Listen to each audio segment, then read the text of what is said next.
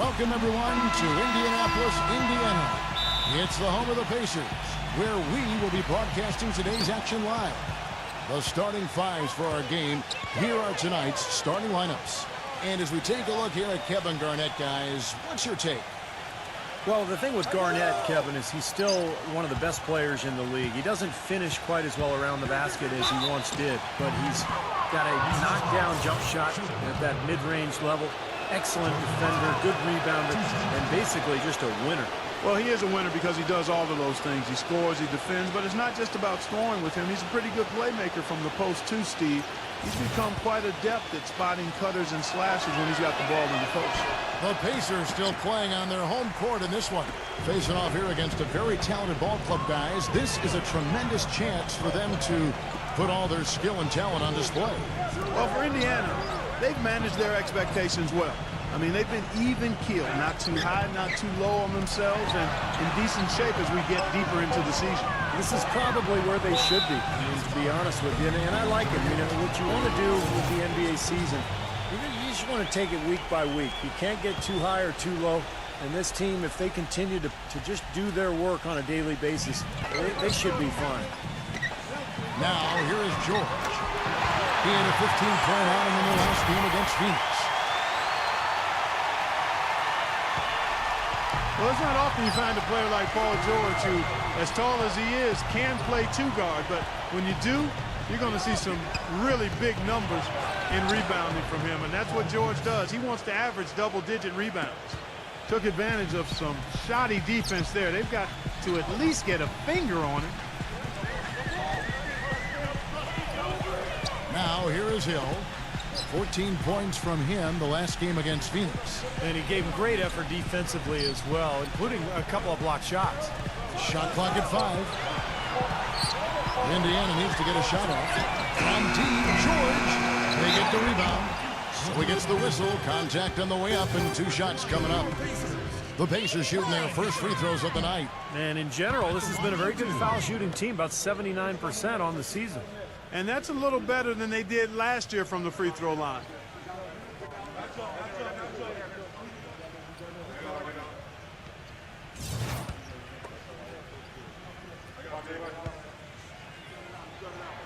Good on the second free throw. And Clark, you mentioned the height of Paul George. 6'8" when he was drafted. He actually grew to 6'10" in his rookie season, Steve. So he's a young guy that's continuing to grow both on the floor and physically. Yeah, he may be 7'2" by his 4th year. I'll tell you, though, he gives you power forward size and rebounding with guard skills. It's easy to see why the Pacers are so excited about him. Does he remind you of anybody in particular? A little bit like Scottie Pippen, you know, early in his career. Maybe not quite as strong as Scottie, but a similar skill set. Interesting. Here's Hill, following the score by Kevin Garnett. Hibbert inside. Lopez covering. Lopez with the steal. Pierce kicks to Williams. So the whistle blows on the shot, and 2 free throws for the contact right there. Well, it's been an interesting few years for Darren Williams, and a lot of controversy involving his coaches. So Williams looking for stability, and also I think looking for maybe an improved reputation as this season unfolds. C.J. Watson, he's checked in for Paul George. You know, he's as close to a sure thing as you can possibly have when he steps to the line. Hibbert with a screen for Hill. He passes to West. Dean. They shoot again. Lays it in without an inch of room around him. D's got his first points of the night. Perseverance paying off on the offensive boards, guys. Going back to Williams, Clark, and the coaching change, do you think he had a hand in that or not? It's so hard to speculate. It really is, Kevin. I agree with you there. I think it's overblown, quite honestly. You have to remember, playing in the Big Apple, the storylines will abound, true or not, and they sometimes can take on a life of their own. Well, the same thing happened in Utah now, too, under him. Yeah, well, again, I think some of that, there may have been a little bit to it, but again, I think overblown is the best way to look at it. And here's Hibbert after the three-pointer from Joe Johnson. There's the dish to Watson. Clock at 6. Hill kicks to Watson. From outside the arc. The rebound by Garnett. He certainly didn't take advantage of the poor defense, but they can't count on him to continue missing. No, that's for sure, because this guy's too good of a shooter to miss that look consistently. Johnson dishes to Pierce. Garnett left side. Here's Williams. Gets to the rim for two with the D all over him. Boy, that was impressive. Major height disadvantage, but he still got the shot up over his man. Well, he's got the poise to handle any matchup, and he's not easily intimidated. You can see that there. Here's D. That three off target. Had some space there after the little pump fake. And here are the Nets. They're on an 11-3 run. It's Pierce on the wing.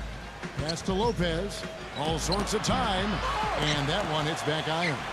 Most of the time, that shot will go down. Boy, the defenders have to make sure they tag it. And, you know, you talk about Frank Vogel guys and the Pacers. It seemed he won over his roster from the moment he took over. He placed a lot of confidence and trust in his players, and most importantly, brought a breath of positivity and positive energy to that locker room and to that team. And there's the foul. It's on C.J. Watson. That's his first foul. Brooklyn with the ball. They're on an 11-3 run. Well, Doris, an interesting game. Moments ago, you had a chance to talk with head coach Frank Vogel. What do you have to say? I asked him about the player he'll try to key on in this matchup, and he had no hesitation saying Kevin Garnett. He said what makes KG special and such a problem to deal with is he can control games on both ends of the floor with his offensive and defensive skill set. Saying he has so much length, it makes it very difficult around both keys for us. And thanks for that story, Doris.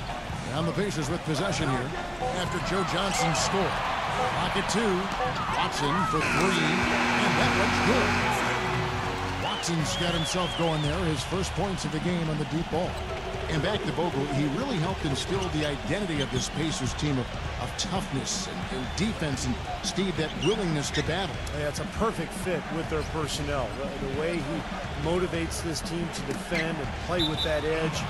I just love this group, the Pacers team, the talent, along with Frank Vogel. Just a really nice fit. Andre Kirilenko's checked in for Kevin Garnett. Down to 5 on the shot clock. Pierce for three. It's hauled in by Watson. Well-contested shot, and they did an excellent job of not fouling the shooter. Defense is about effort and commitment and discipline. He's a good defender because of those things. Well, great job of attacking on the break. Yeah, it sure was. He made a beeline for the bucket as soon as they got the ball. Right away, straight to the rim. Brooklyn with the ball. Following the score by Indiana. And it's good. 6 points for Darren Williams.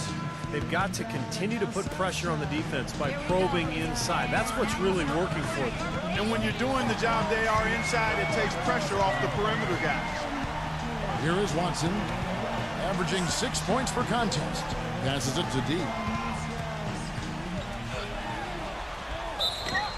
And a foul on the shot. He'll go to the stripe for two. And what do you guys think so far about the offensive approach for Brooklyn? And the points they're getting in the lane has really helped them open up the floor.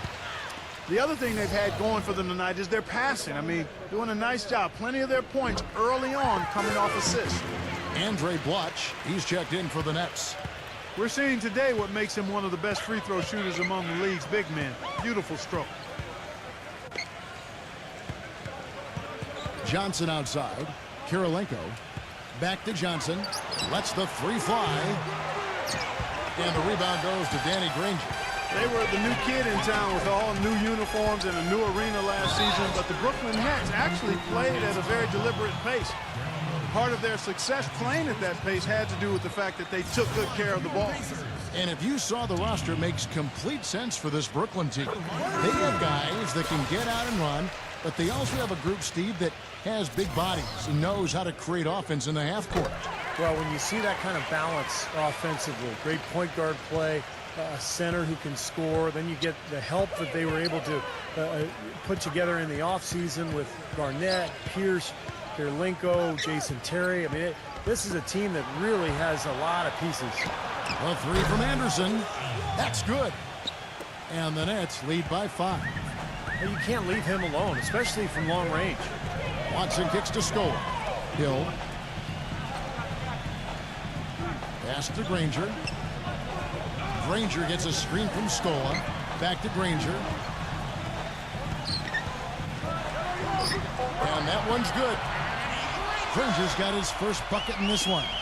They are really doing a nice job establishing a presence inside early. And that's going to open things up for them on the perimeter going forward, Clark. Now here's Anderson. Now the pass to Johnson from the baseline. And he drops that one in. Johnson's got his third bucket of the night. He's having quite the quarter here, guys. I mean, shooting the ball extremely well. Hill kicks to Scola. Watson. D guarded by Kirilenko. That's tipped. Taken away by Kirilenko. And for Indiana, they come into this one following a loss to the Suns. And that's the kind of loss that sticks with you for a while, guys, because they were probably the better team that night. And they just couldn't put the game away. You know, Steve, you'd almost rather get beaten by double digits than know you should have won it, but didn't. Down low, Weston Hibbert. George Hill at the 1, Paul George at the 2, and it's D in at the 3. So that's the group out there for Indiana. Now here's Williams, following the shot by Roy Hibbert. That is good. 8 points for Darren Williams. Pass to D.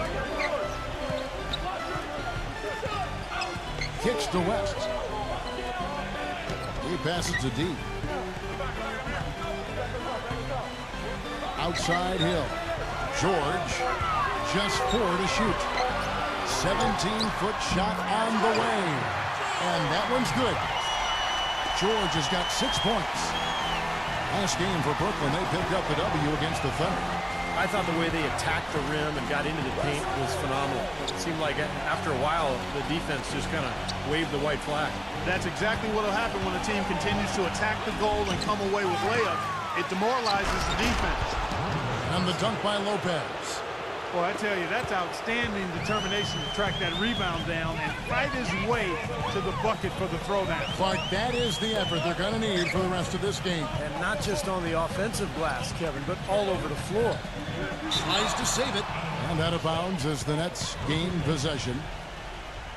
Well, you need good passing from your forwards as much as you do from your guards. These are small forwards leading the way in assists. And you look at D, third in assists and a great leader. And these are some of the best teammates you're ever going to want. I mean, very unselfish guys at a position that sometimes puts more of an emphasis on individual play. Most of those guys can take matters into their own hands if they need to. But like you pointed out, Steve, that's not their MO. That's not how they want to roll. They want all 5 players on the floor to be involved in the offense, and that's what they want to facilitate. It seems for the past few years, the only time you heard about Brook Lopez's name was in what the Nets would give up for Dwight Howard. I mean, well, all of that talk goes away now, at least for a minute, because he signed that extension with the Nets. And because of that, I think he was more comfortable, and it showed in his production on the floor. Andre Kirilenko is checked in for Mirza Teletovic. Now here is Hill. He hasn't yet put up any points in this one. Here's George. That doesn't go either for George. And for Brook Lopez, a max contract going into last season. It raised some eyebrows for sure, but the way he's elevated his game, it looks like right now at least he's been worth every penny. Yeah, I agree with that. First-time All-Star, he improved as a shot blocker and a rebounder. And I thought he should have gotten maybe some votes at least for most improved player last season. Big reason why the Nets improved so much. That's a good point. Hill kicks to Hibbert. It's back to Hill. Williams with the block. In transition, here come the Nets. It's blocked, so it looks like the Nets will retain possession here. Andre Blatch, he's checked in for the Nets. Johnson with a screen on Granger. Johnson with it. He's picked up by Hill. George against Williams. Shot clock at 6. Gives him the lead pass. Blatch. Excellent D there for Scola. The Pacers have gone 4 of 8 so far here in the second quarter. George passes to Hill. D. He kicks it to Granger. The stupendous finish in trap. And the Pacers lead by 1. Guys back and forth this first half. Well, 5 lead changes early on, guys, as we grapple back and forth. Yeah, this could be a back and forth game all the way, guys, the way it's being played. This is fun to watch. Now here's Johnson. He had a 15-point outing in their last game against Oklahoma City. He got some huge points from the foul line, too, Kevin. He was very aggressive, generating contact and drawing fouls. And the Pacers with possession here after the missed 3 from Deron Williams. Scola defended by Blash. Here's D. And a miss there on the triple. Well, head coach Jason Kidd, that's a phrase I didn't expect to hear this quickly, but Kidd wasted no time. Only a matter of weeks after he announced his retirement as a player, he was named the head coach of the Brooklyn Nets. And it's going to be interesting to see the transition. Kidd, obviously, great basketball IQ, so well respected as a person in the league. I think it's just a matter of time before he really finds his footing and becomes an excellent coach. George, Pierce covering. He dishes it to Hill. And they force the shot clock violation. Great D. And a quick review here looking at some numbers for Danny Granger. 14th in free throw shooting. And he's been quite an offensive threat, averaging enough points to put him in the top 20 in scoring. Yeah, and going back to his free throw percentage, Steve, I mean, this guy's really been locked in at the foul line. I mean, his mechanics are flawless. And Brooklyn making a change here. Terry's checked in. And back to Coach Jason Kidd, Clark, a rookie at the coaching profession, but one of the most intelligent and respected point guards over his 19 years in the NBA. Yeah, always respected as a leader, and his basketball IQ off the chart. So I think he's one of the few guys that could go right from playing to being a successful head coach. And Doris Burke has a report for us from the sideline. Yes, gentlemen, D in their last game against the Suns played some outstanding basketball. He finished with 34 points and an impact by finding his teammates over and over again. Just numbers that really jump out at you in a box score. And thank you, Doris. It was a performance that has to have their upcoming opponents terrified, Clark. Well, I know this opponent should be terrified because there's a good chance the momentum he gathered that night carries right over into this game. Well, some of it will carry over. That's inevitable. It's just a matter of how much. A lot of answers, but still a lot of questions for how the East is going to ultimately shake out this year. But right now, let's check out where the team stands. You take a look at the Nets. The season well underway, and they've been solid in third right now. And, of course, Indiana, 3 spots below. Checking out Brooklyn, they've gotten themselves into exactly the position they wanted to be in at this point in the season. And I can't say that I'm all that surprised by it. I'm not either, Clark. This is a talented team. Coming into the year, I think everybody expected them to be pretty strong. And to this point, I mean, they've done exactly what they wanted to do. Well, this is a very good basketball team. The Nets working the ball around now. Karolinko kicks over to Blatch. Skola's there. The baseline J. The shot by Blatch, no good. You know, a lot has been said about the Pacers and their defense, but in addition to them being great with their positioning and skill, they're one of the toughest and most rugged teams to deal with, both mentally and physically. They really pride themselves on playing smash-mouth basketball, and don't hesitate to get into your airspace and get in your face. And here is Williams after Paul George getting his 3 to go. Fires, high post. Shots good by Williams. Williams has got 4 points now in the quarter. Pacers leading by 4. And Clark, back to what you said, the Pacers did get in a few games last year where tempers flared and players got in each other's faces. But, you know, Steve, you look back at all the great defensive teams in NBA history, and not a lot of them were a group of amicable guys. It's true. I mean, this is a great defense, and sometimes you have to ruffle feathers and get in people's faces in terms of being tough and gritty defensively. I think the Pacers understood that. Here is Williams.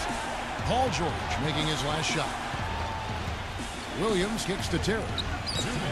Good, and it's Williams who picks up the assist. Terry's got 5 points so far. Kevin, he does a great job of moving without the ball. And he gets a lot of good looks because of that movement. And as long as his teammates are setting screens and looking for him, he can be lethal from the outside. And that is the key, Steve, but his release in those catch-and-shoot moments is also terrific. Oh, and here comes Anderson all alone. Throws down the breakaway jam. Textbook example there of how to use defense to create offense. Yeah, beautiful transition play after the steal all the way to the basket. Wasted no time going from defense to offense. Yeah, it feels like they're starting to pick up the intensity as the game itself starts to get a little more tight and close. Here's George following the bucket by the Nets. Stola backing down. Post-up shot. And good as it just snugs right down through the net. Nets trailed by 4. And the first timeout called of the game for Brooklyn. They went to Indiana for their last meeting with the Pacers and came out with a win. Now, presented by Sprint. Hey everyone, I'm Damon Bruce. A great game. The Sprint Halftime Report, presented by Sprint. And now the third quarter about to get going. What a game we're seeing from Paul George. He is a dynamic scorer, guys. That much we know. And I'll tell you what, his talent was on full display there in the first half. Steve, he is a hard man to keep down, and so far, they've been unable to do it. All fueled up and ready to go. Let's reset the lineups courtesy of Gatorade for the second half of basketball. So for Brooklyn now, on the perimeter, the all-star trio of Williams, Johnson, and Pierce. Down low, Kevin Garnett and Brook Lopez. Here's Williams after the made shot from D. Here's Pierce. Nice little lead they're enjoying here, and they deserve it with all the work they put in on the glass. Yeah, big margin for them in the rebounding department. They completely dominated the boards here. Pass to D. The 3. Brooklyn with the rebound. And he continues to search for his rhythm. It's eluded him to this point. They host the 76ers after this game. That game marks the first half of a quick 2-game homestand. I'll be looking forward to seeing how that Philadelphia game turns out, guys. And George kicks to Hill. The feed to Hibbert. Outside, George. The pass to D. 6 on the shot clock. And 2 free throws coming up as he misses that one. Drawing the whistle and a lot of contact there. It's on Kevin Garnett. The Pacers have shot 9 of 11 at the free throw line. Both free throws good from G. Nets trailed by 11. Johnson outside. Johnson off the pick from Williams. Pierce kicks to Johnson. Spinning off the box out is Hibbert. And there's Joe Johnson on the assist by Pierce. And that's 13 points for Joe Johnson. You know, even though he's older and won't be putting up points in the mid-20s like he once did with regularity, when you talk about clutch shots and somebody you want to take clutch shots, Paul Pierce is still one of your guys. Now here is Hill. Off on the layup. There was just enough defensive pressure to get him off balance and cause that shot to go awry. And now the fast break. Hill with the ball. Passes it to D. Lets it go with the 3. And out of bounds as the Nets gain possession. Let's bring up the 2K leaderboard to look at some of the players that are contributing in areas you might not expect. The top rebounding shooting guards of the past month. Paul George on top. And you know what he gives away in terms of size to other big men down low, he makes up for with his agility and determination. That's what makes him such an outstanding rebounder. Yeah, I'd like to go back to one thing you said there, Steve, is determination. You can't be as good a rebounder as he is from the 2-guard spot without significant determination and effort. I mean, and he brings it every night. Going back to Pierce's offensive game, one of the most versatile one-on-one scorers in the game to this day, Steve. Yeah, he can score inside, out, in between, and a very smart passer as well. Plays the game with a great pace. He's just got so much strength and rhythm to his game that he sort of does whatever he wants out there. And gets his teammates involved as well. The kick out to Hill. And so it looks like the Pacers will retain possession here. And a chance now to check out the schedule for Indiana. They'll be hosting Orlando for the next one. That'll be the last of 3 straight at home for the team.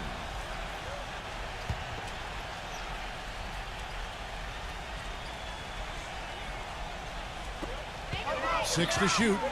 George. They're struggling here. They're just 1 of 5 to start this third quarter. They've got to loosen up here.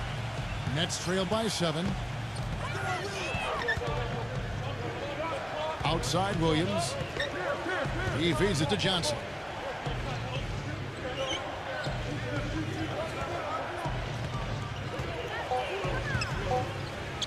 The Nets need to get a shot off here. That shot wide open. 15 points for Darren Williams. I'm not sure who was supposed to pick him up, but somebody's going to get an earful from the coach for leaving him that wide open. Back to George. A three ball. Gets it to go. George has got 14 points. And at the offensive end, he's done about as much as they could have hoped for today. In the third quarter with just over 3.5 minutes off the clock. Johnson dishes to Williams.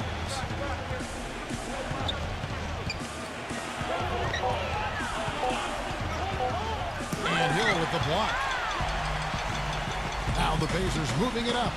D passes to George. The shot is off. And Brooklyn will come the other way. Williams against Hill. Double team on Williams. Here's Johnson. 11 feet out and he hits it. Johnson's got 4 points now in the quarter. What an excellent performance from the field for him. Outside Hill. Hibbert with the screen for Hill. And West backs in. Shoots. And he hits the jump shot. West has got 8. Nets trail by 7. Johnson outside. On the wing, Williams. Left side, Williams. Another one falls for Brooklyn. Well, he certainly isn't the one to blame for them being in the hole. He's been on the money with his game. Some changes for Brooklyn. Reggie Evans is checked in for Lopez. And Kirilenko's subbed in for Kevin Garnett. Hill gets a screen from Scola. Evans on the double team. Pass to D. And it's out of bounds. The Nets will take it the other way. Taking a look back over the last month, Kevin, let's see how Indiana stacked up. First in blocks, third in field goal percentage, and they're in the top 10 in fewest turnovers per game. And they really do emphasize taking care of the ball. And to me, what jumps out is the blocks, because they're an intimidating team. They really control the paint. They like to physically dominate their opponent. And when they do that and they get a lot of block shots, obviously it gives their defense a ton of confidence. Now here is Kirilenko following the miss by Paul Pierce. Now Williams, 17 points in the game, 4 on the shot clock. Here's Evans. A putback, controls the rebound and puts it back up and in. Now it's just a 3-point Indiana lead. Well, when they desperately needed to get things turned around, they were able to do it and claw their way back in. And they fed off their defense just as much as their offense in putting this run together. Granger drives in. He got an advantage there off the pick and took it right in. Granger's got 6. Little touch of class there, guys. The end of that play with the finger roll. Evans, a screen on Hill. Kirilenko with the screen for Pierce. Off the screen. Here's Evans. Yes! And the foul. They get Luis Scola. Brooklyn's gotten a lot of looks from outside tonight. 5 of 12. George against Williams. Terry.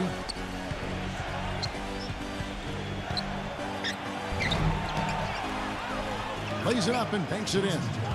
Terry's got 4 this quarter. Well, they've done a great job of getting into the middle of that defense and scoring in the paint. Well, and that's why they're on this run, guys. They're getting the ball inside and getting really high percentage looks. And so here is Indiana. A 2-point game. Outside for George. Feeds it to Granger.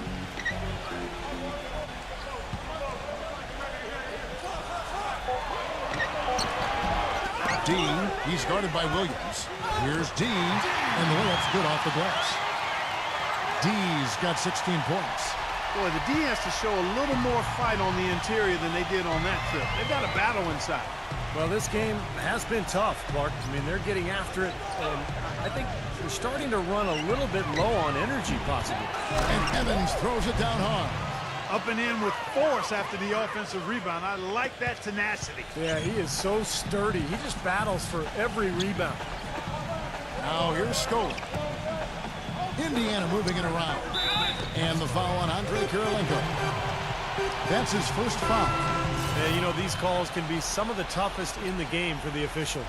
It all happened so fast, but I really think that was the right call. The defender was not really set in that situation. And Brooklyn making a change here. Lopez is checked in. There's a good screen. D passes to Mahimi. Clock at 6. To the inside. Marvelous lead pass, and he throws it down. Boy, taking it hard to the rack for the big throwdown. And give an unofficial assist, Clark, to his teammate for setting the screen that freed him up. Yeah, good call, Kevin. That was really the key to the play. And for Brooklyn, they're shooting 47% from the floor, getting it done. Terry outside. Dishes to Kirilenko.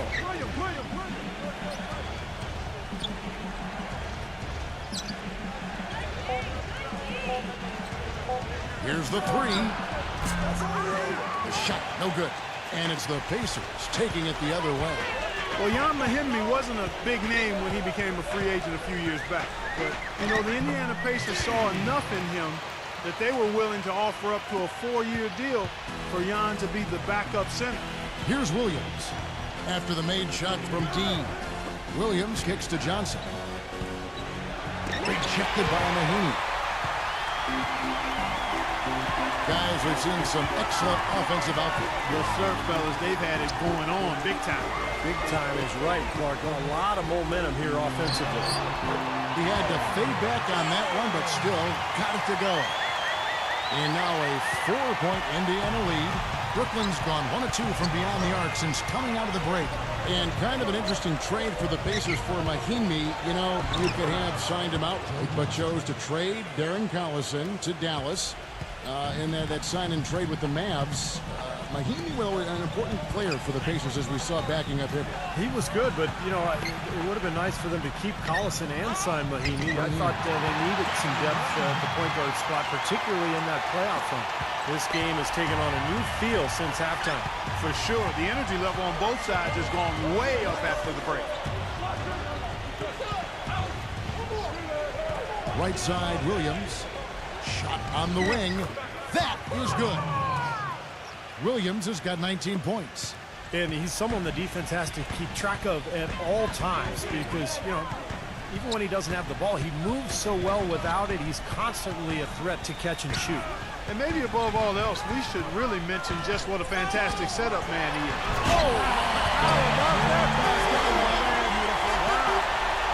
Talk about putting something extra on it. That dunk was way over the top. Close game or not, Clark, you know, he's going to finish firm when he gets the space. Still, I mean, it's startling that he'd even try that right now. There's the triple. It's rebounded by Indiana. Mahimi's got 4 rebounds in this game. Granger, a screen on Kirilenko. Dean is guarded by Johnson. Granger with the bucket. Well, since we hit half number 2, he's finally come around. That first half was not his best, obviously. Williams with the ball, and Granger picks him up defensively. Here's Terry, and he banks in the layup. Terry's got 6 in the quarter. You can see that they're not as aggressive from the three-point arc. They had far more attempts in the first half. Copeland dishes to Granger.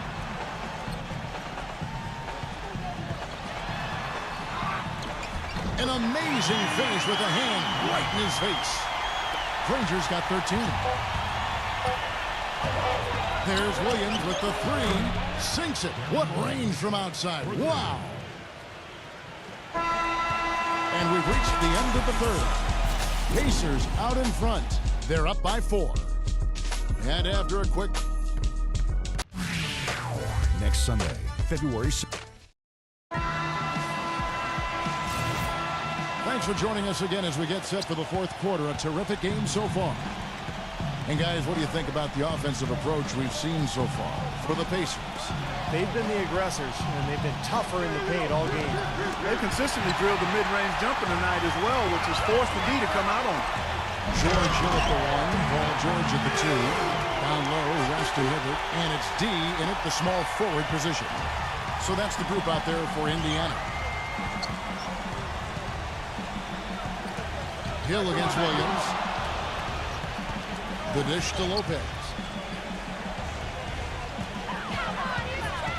Back to Williams. Lopez, a screen on Hill. Puts up a 3. David West grabs the miss. Pacers leading by 6. On the wing, George. Shoots from 12. That one off the back iron and out. Even that close to the hoop, when you see that kind of defense, I think you got to move the ball back out to the perimeter. Outside Williams. With the lead pass. Lopez with the bucket. Boy, you got to love that assist by Darren Williams. And Indiana shooting indicative of smooth offensive play. Up at 60%. They're a machine from the floor. And out of bounds as the Nets gain possession. Moment now to see how the schedule is looking for Brooklyn. They host the 76ers after this game. That'll be the first of 2 straight at home. Nets trail by 4. And we've made our way through just over a minute and a half in this fourth quarter. Into Brook Lopez. And he's knocked off course by the D. The foul called. He'll shoot free throws. That's good from Lopez. Both free throws good from Lopez. 100% free throw shooting this half, guys. Efficiency is so crucial when you're trying to overcome a deficit, Steve. West a screen on Pierce. West inside. Lays it up and in off the pretty assist. And the Pacers lead by 4. The second he got around the pick and shook his man, it was straight to the bucket for the easy do. Very, very well done. Williams kicks to Garnett. Outside Pierce. From deep. It's rebounded by D. D's got his 6th rebound on the night. Outside Hill. Fourth quarter of play. We're about 2.5 minutes through it right now. He passes to D. Just 5 to shoot. And out of bounds as the Nets gain possession. You always want a player to have his head up and to be surveying the court, but not if that's going to be the result. Johnson off the pick from Lopez. Williams attacking. Back to Johnson. There's the 3. David West grabs the miss. West has got 3 rebounds so far in the game. Boy, you wonder what the score of this game would be if they weren't pulling down all these rebounds. Love what I'm seeing from them in the paint. D passes to Hibbert. The feather touch on the finger roll. Beautiful. And it's a 6-point Indiana lead. Brooklyn's gone 0-3 so far in the fourth quarter from long range. Williams dishes to Johnson. That drops, and it comes off an assist from Williams. Williams has got 5 assists tonight. Yeah, and that's his first 3 of the half. There may be more in store. Over 3.5 minutes through the final quarter now. And here is Hill. Pass to Hibbert. Indiana moving the ball. Trying to answer back, but that 3 is off the mark. Nets trail by 3. Williams for 3. It's rebounded by Indiana. George has got 4 rebounds now tonight. They'll be hosting Orlando for the next one. That game will conclude a 3-game homestand. Beautiful work in the transition game. That's how to do it. Attack early before the defense can get itself set. Here is Williams. Kicks it to Johnson. Puts the lead pass in front of him. Lopez. He's guarded by Hill. Williams. And out of bounds as the Pacers gain possession.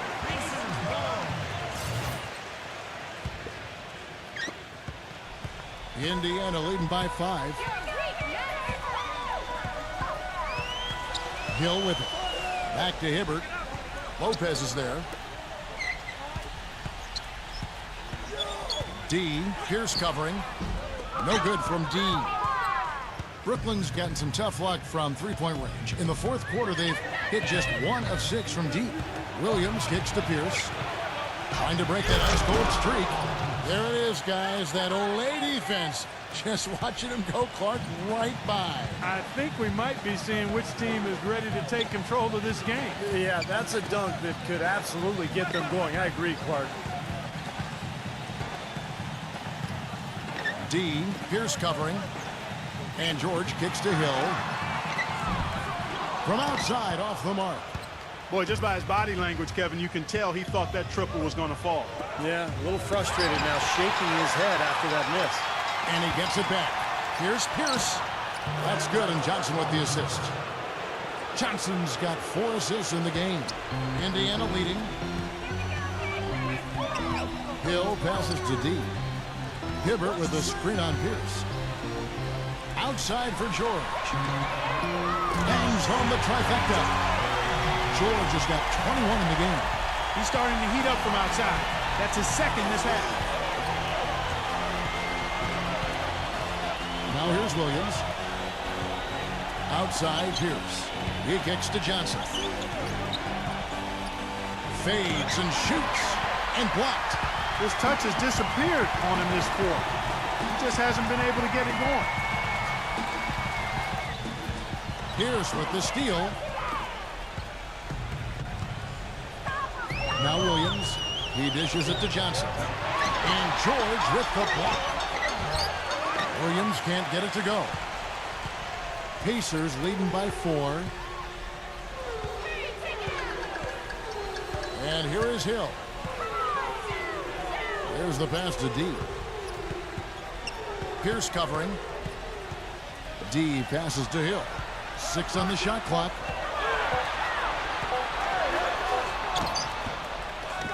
Here's D. Uses the glass to finish the layup. Now it's a 6-point Pacer lead. You know, it's really going to be all about hard work from this point on. And they worked hard to create that high-quality shot right there. Yeah, and that's their goal down the stretch. Continue to find those close-range shots. Johnson down low. Smooth as silk on the finger roll. Johnson's got 5 points now in the quarter. Williams against Hill. D. It's back to Hill. The feed to George. Passes to Hill. D from downtown. Joe Johnson pulls it in. Johnson's got his 3rd rebound tonight. Lopez sets a screen for Williams. Fires the 3. Again, Williams missing. He's going to play his way right onto the bench and out of the game if he continues to shoot it like he has so far in this quarter. Hill passes to D.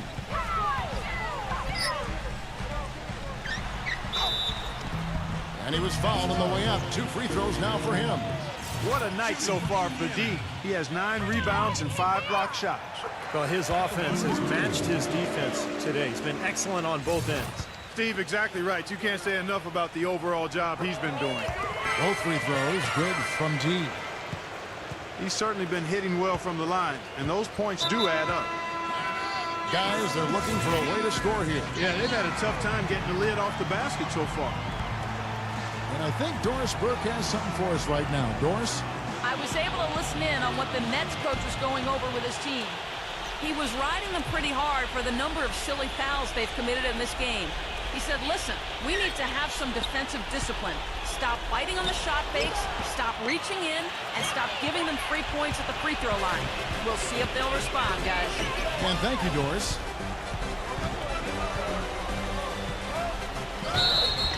And count the basket. He was fouled, and he's going to the line for one more. Maybe the pressure, the weight of expectation starting to sink in now as he looks like he's second-guessing his shot, not letting it go with the same confidence we saw earlier. Look at the free throw percentage, unblemished since halftime, Clark. That's pretty nice. I'd go farther than that, Steve. How about perfect? Johnson dishes to Lopez. Great D that time from Hibbert. I think the game plan needs to change here, guys, if they're going to get out of the hole, because he is not helping their offense. Hill kicks to Hibbert. Outside, George. Some nice passing here by Indiana. Pass to D. The shot's good on the assist by West. 27 points for D. He really made that mismatch pay off. A defender giving up that much size isn't going to be able to put up much resistance near the basket. Garnett kicks to Pierce. Looking to end the run. And so he draws the foul on the shot. A trip to the line to shoot two. You know, as much as anybody in the league, Pierce is able to hit the tough contested shots. And I think that's because of his strength and his skill level and his ability to knock defenders off balance before rising up and making his jump shot. And, you know, you said earlier the big buckets down the stretch. Pierce always ready to do that. In the deciding moments of the game, that's when he really separates himself and deserves the moniker, the truth. Boy, that was a massive sequence of events there. Absolutely clutch defense to trigger the break. And we've seen games decided on plays caught just like that. Effort and hustle plays often are big plays for a team. Yeah, what a time to blow up a play and then turn it into a slam at the other end. The shot's good from D. D's got 29. Just another outstanding play down low. These teams couldn't be farther apart in their effectiveness in the paint today. Yeah, that's right. It's been all good at one end, and we'll try to be diplomatic here and just say not so good at the other. Pierce kicks to Johnson. Outside, Williams takes the three. Pacers with the rebound. Looks like he's lost his focus a little bit. Not playing well in this quarter. He feeds it to Hill. West outside. Left side, West. Dishes it to George. Back to West. The 10-footer. And misses it off the right side of the rim. You know, they haven't had the best day inside, but they got one when it mattered most. Outside, Williams.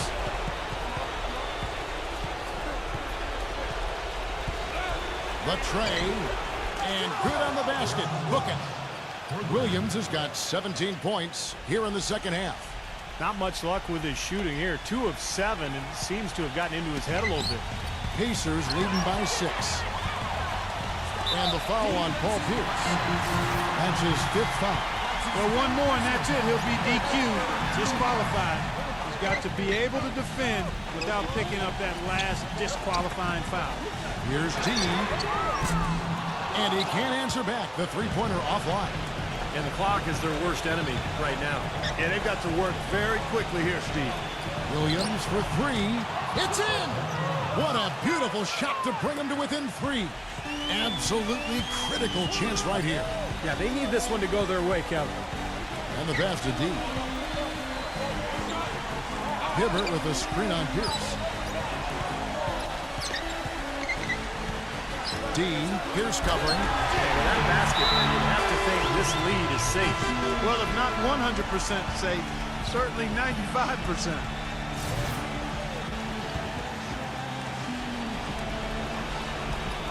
There's 21 seconds left in the fourth quarter.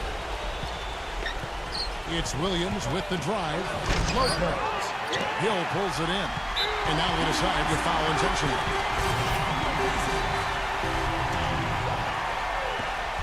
So the first one drops, and that increases their lead to 6.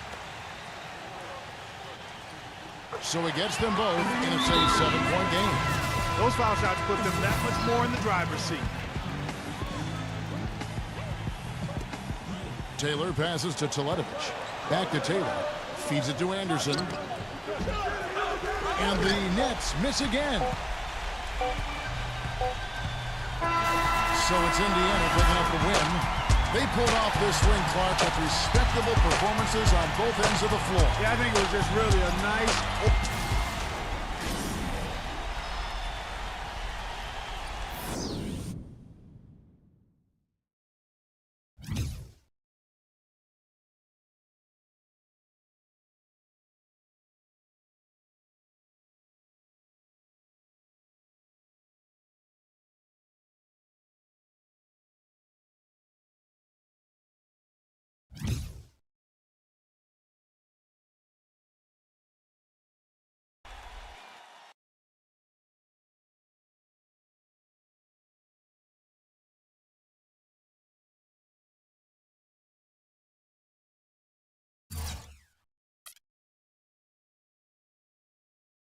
Here you go with another Player of the Month award to add to your collection. You gotta be getting tired of winning these things at this point.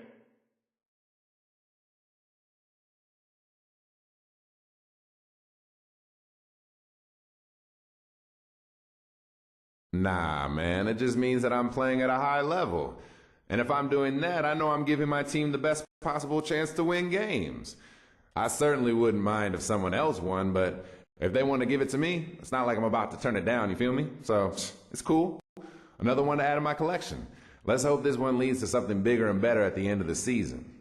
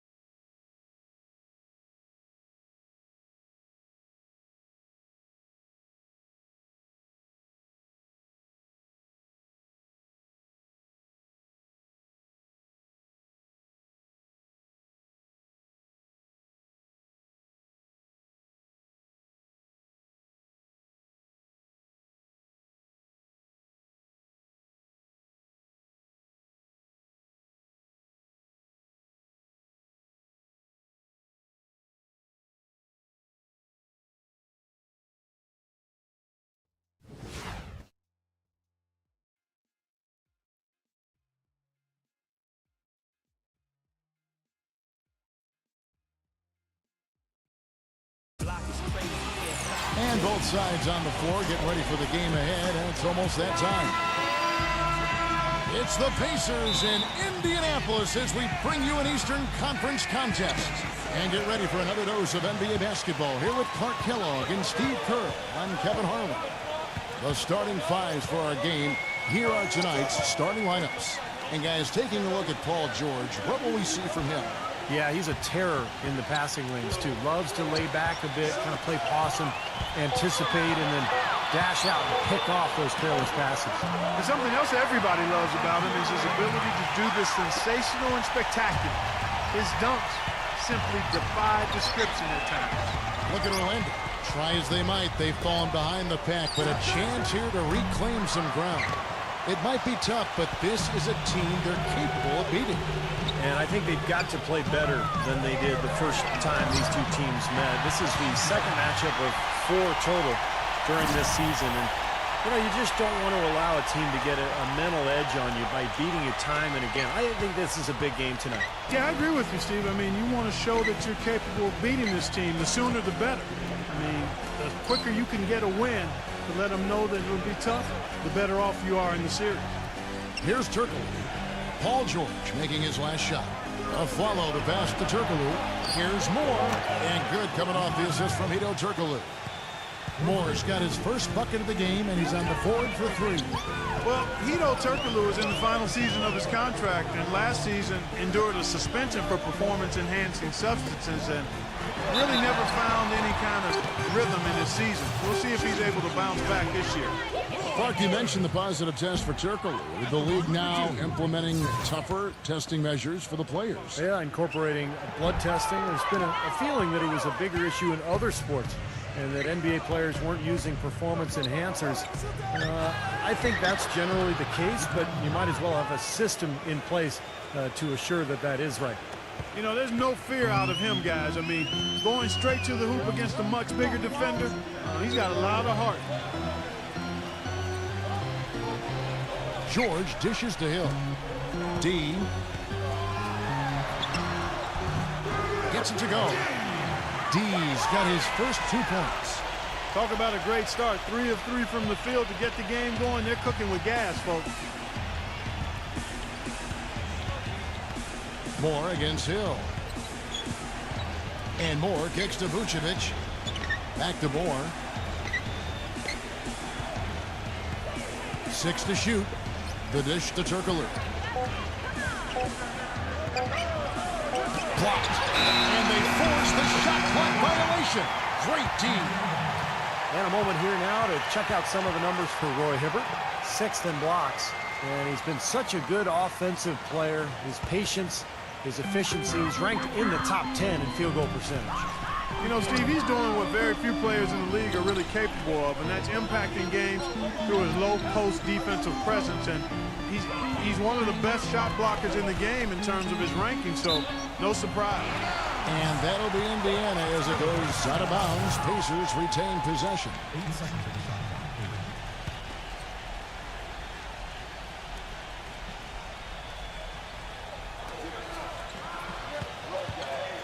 Follow against George.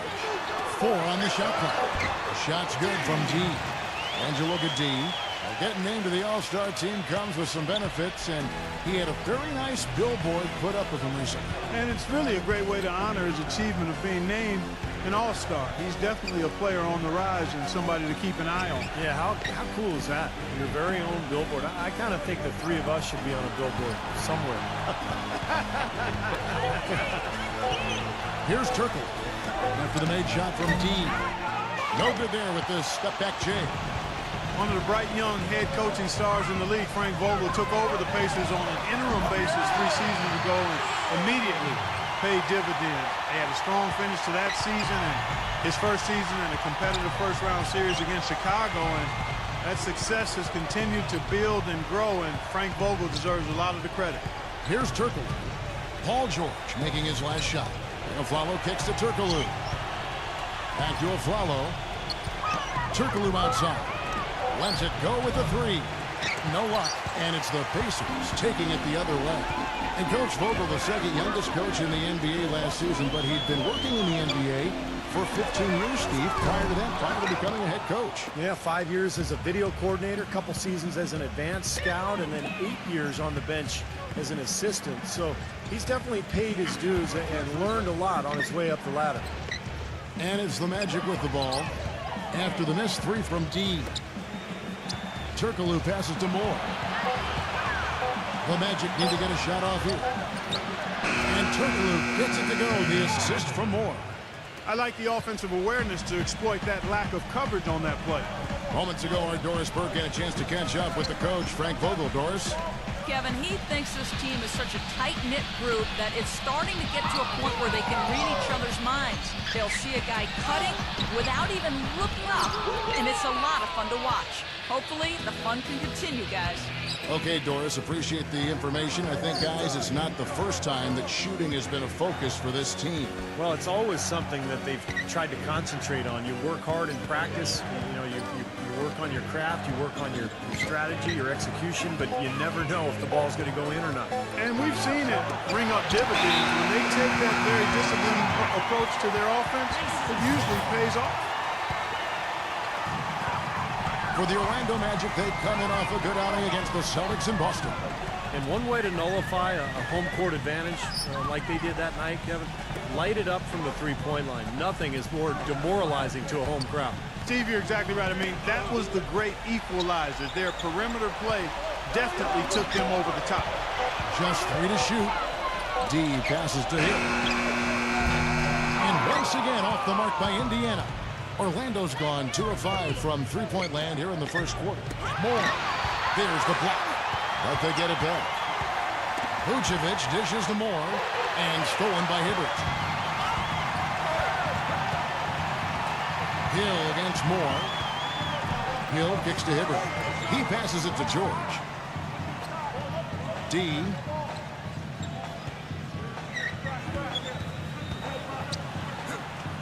Lays it up and banks it in.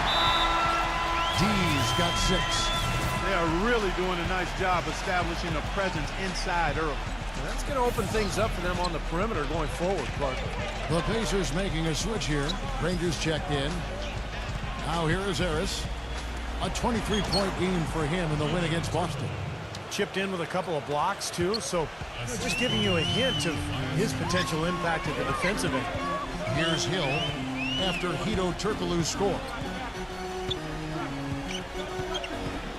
Outside Hill. D passes to Granger. Rejected by Turkoglu. Orlando trailing here. The Pacers beat them last time when these two teams met in Indiana. Well, they lost a very tight game the last time these two clubs met, and you have to believe that it weren't for the foul trouble they were in, the result might have been different. Indiana's gone 0 of 2 from deep here. Moore against Hill.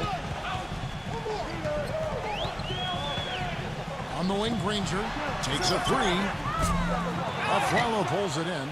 And Clark, what Steve was just referring to, do you think that even just a few more calls had gone their way, that would have pulled them out of it? Well, I don't think there's any doubt about it, Kevin. When it comes down to late in the game and you're forced to use backups at that critical juncture in the ball game due to foul trouble, that swings the outcome by at least a few points, in my opinion. Kyle O'Quinn, he's checked in for Vucevic. Well done again. He doesn't have the same problems at the line that plague some of the NBA's other big men.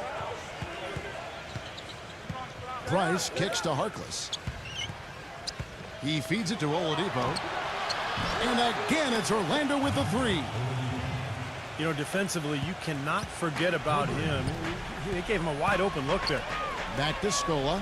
George.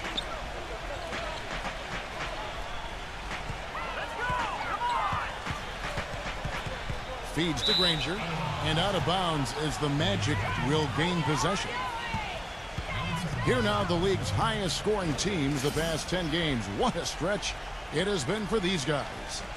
The Pacers in 5th.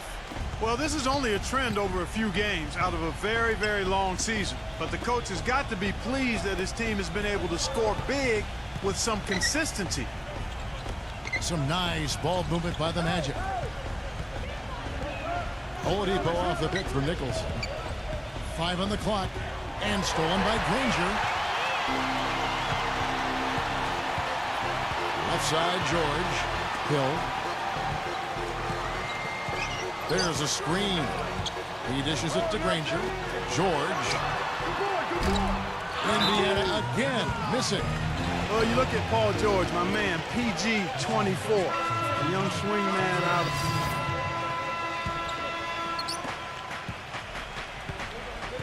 George Hill at the 1, Paul George at the 2. Down low, West and Hibbert, and it's D in at the 3. So that's the group out there for Indiana. Aflalo goes in. Back to Turkoglu. Dishes it to Harris. Shot clock at 6. The 3 from Aflalo. The dive for the ball. That's going to be out of bounds. The Magic will retain possession.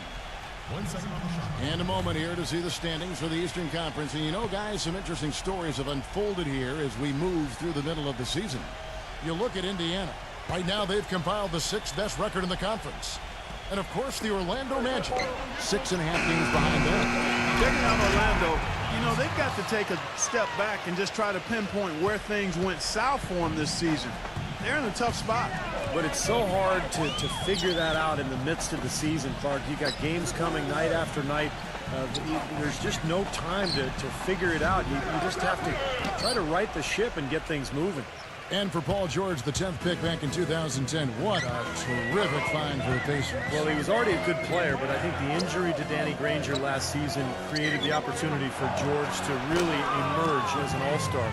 And that's exactly what he did. Dangerous inside and out, excellent defensive player, has a chance to be really special.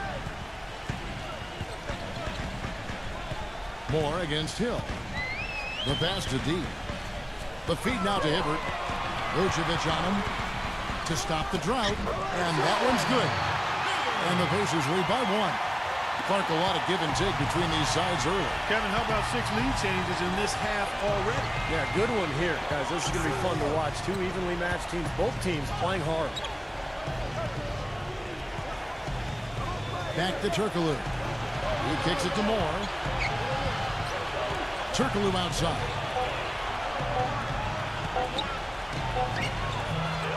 And that one goes long.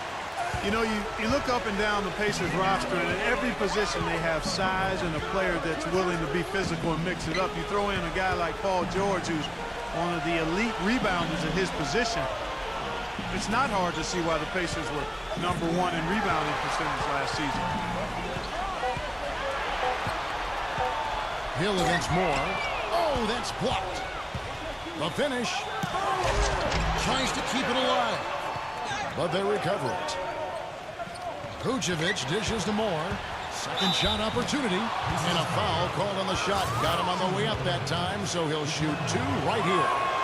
Well, probably the right play defensively. If you can't get the block, send them to the free throw line. Don't give them an easy 2.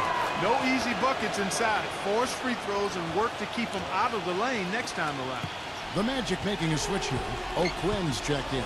Well, you mentioned the Pacers. They do add size everywhere on the roster. And it's not just numbers on a sheet with them.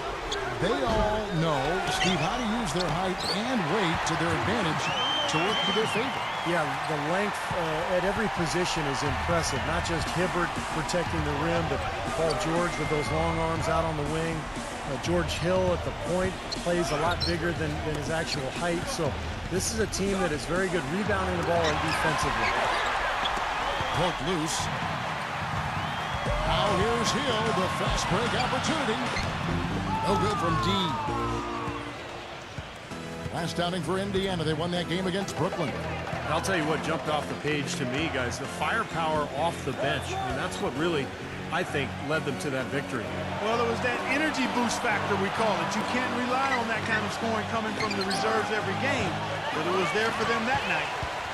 He hit a 3 in the first, but so far has been unable to capitalize here in this quarter. Hill with it. Now guarded by Oladipo. Granger is screen on a follow. It's George on the wing. And here's Hill for 3. And that is good. Hill's got his first 3 points of the game. That's his first triple of the game. It was a dry first half for him from long range. George against the follow. Turkoglu. Once again off the mark, Orlando. Even with every shot clanging off the rim, he seems determined to keep hoisting up these threes. It might be time to get inside of that arc. You know, typically, guys, he has the body control to finish when he's in that tight. I'm not sure what happened there. And Doris Burke has something for us. Hey, Doris. Yes, gentlemen, D in their last game against the Nets really lit it up. He finished with 33 points and did a lot of his work from the charity stripe, getting to the foul line over and over. Just numbers that really jump out at you in a box score. All right, Doris, thank you. We played at a level that very few players are capable of playing, Clark. Yeah, I agree. I was just glad I got a chance to witness it. It's always such a special night when a player of his caliber gets so locked in and focused. And you know, in an 82-game season with so much talent, every once in a while, everything's going to click. And that was definitely the case that night. He didn't get to that one quite in time, Kevin. Those can be tough to gauge sometimes. Andrew Nicholson, he's checked in for the Magic. Passes it to Oladipo.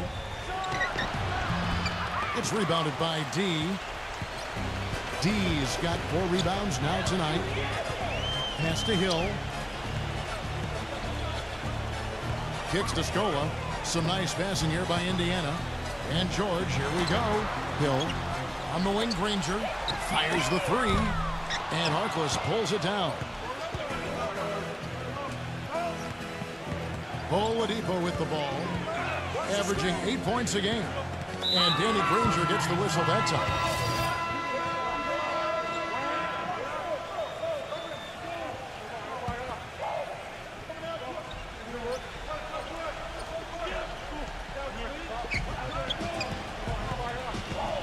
And Lamb kicks to Price. Price off a pick from Vucevic. Price, the pass to Harkless. Back to Price. Price, right side. 4 on the clock. A reverse. And that's 2 points on the layup. Beautiful reverse. He got his glide on and left the D in the rearview mirror.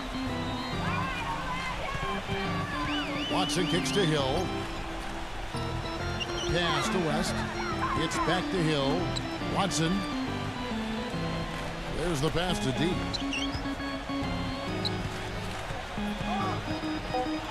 And it's going to be out of bounds. The Magic will take it.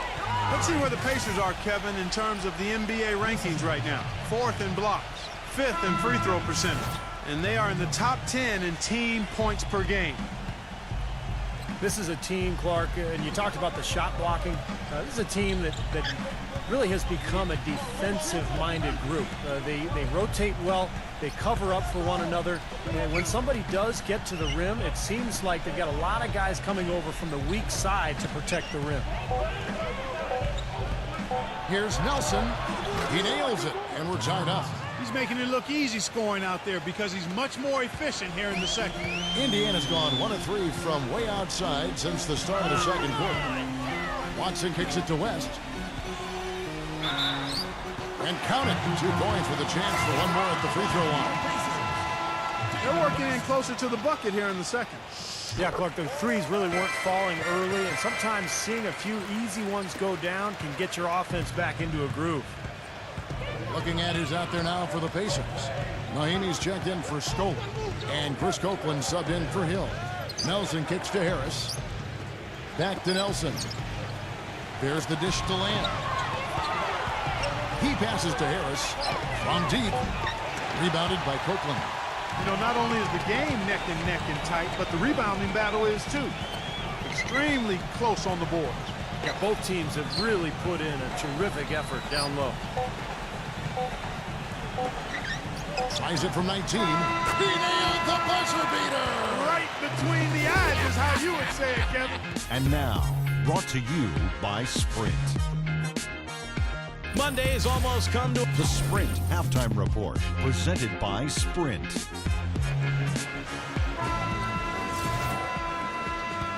Welcome back, folks. Thank you for tuning in to the NBA on 2K Sports as we get set to get going once again.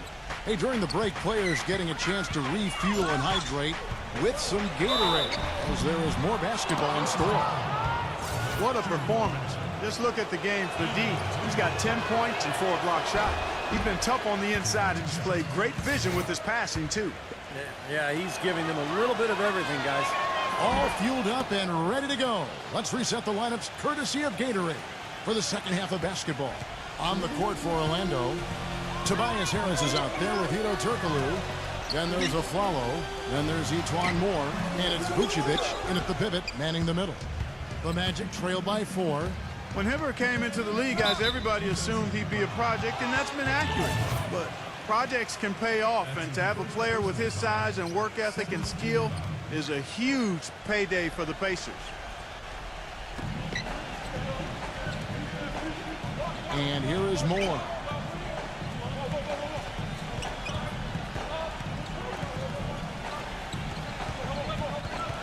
Just 5 on the clock. Harris inside, defended by West. West with some nice D. And going back to Hibbert and Clark, you mentioned this. Looked at as a project when he came in. Taken with the 17th pick, Steve, back in 08. A draft that you were involved with Phoenix. Well, we took Robin Lopez at 14 because he just had much better mobility athletically. We were shocked that Hibbert could eventually develop the kind of speed and lateral quickness that he's done. So pretty impressive that he's put all this work in and defied his critics.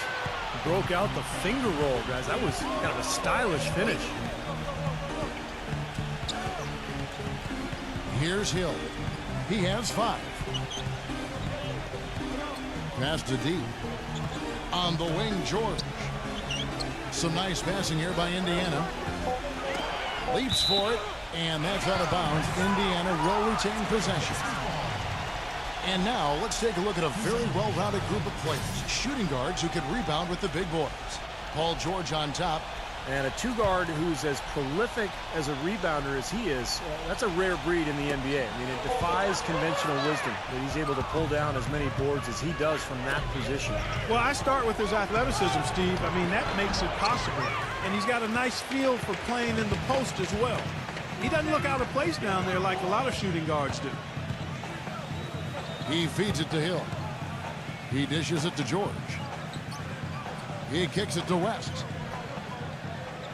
Shoots from 12. And it's good off the glass. West has got 4 points in the quarter. Whatever their plan was defensively that time, it didn't work. Not if it results in that shot. Guys, they're looking for a way to score here. Yeah, they've had a tough time getting the lid off the basket so far. Aflalo, that's good.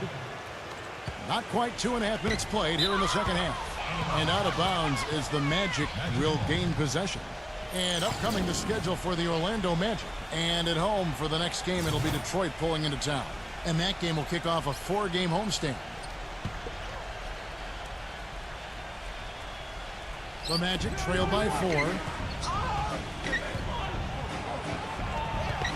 Second half of play with just under 2.5 minutes gone. Moore right side. Feeds it to Vucevic. Clock at 6. Harris gets the screen from Vucevic. Off the screen. They grab their own miss. The layup missed. That's what they call the $1 million move with the 10-cent finish. Outside Hill. Too long in the paint, and he's hit with a 3-second violation. And he's got his first chance at the line here. And as an 85% free throw shooter, his team has been able to count on him anytime he gets to the stripe. Yeah, guys, I mean, he's been a very steady hand for them when it comes to his free throw shooting. Here we go, Pacers fans. Now coming onto the court are your Pace fans. Third quarter here, and 3 minutes have come off the clock.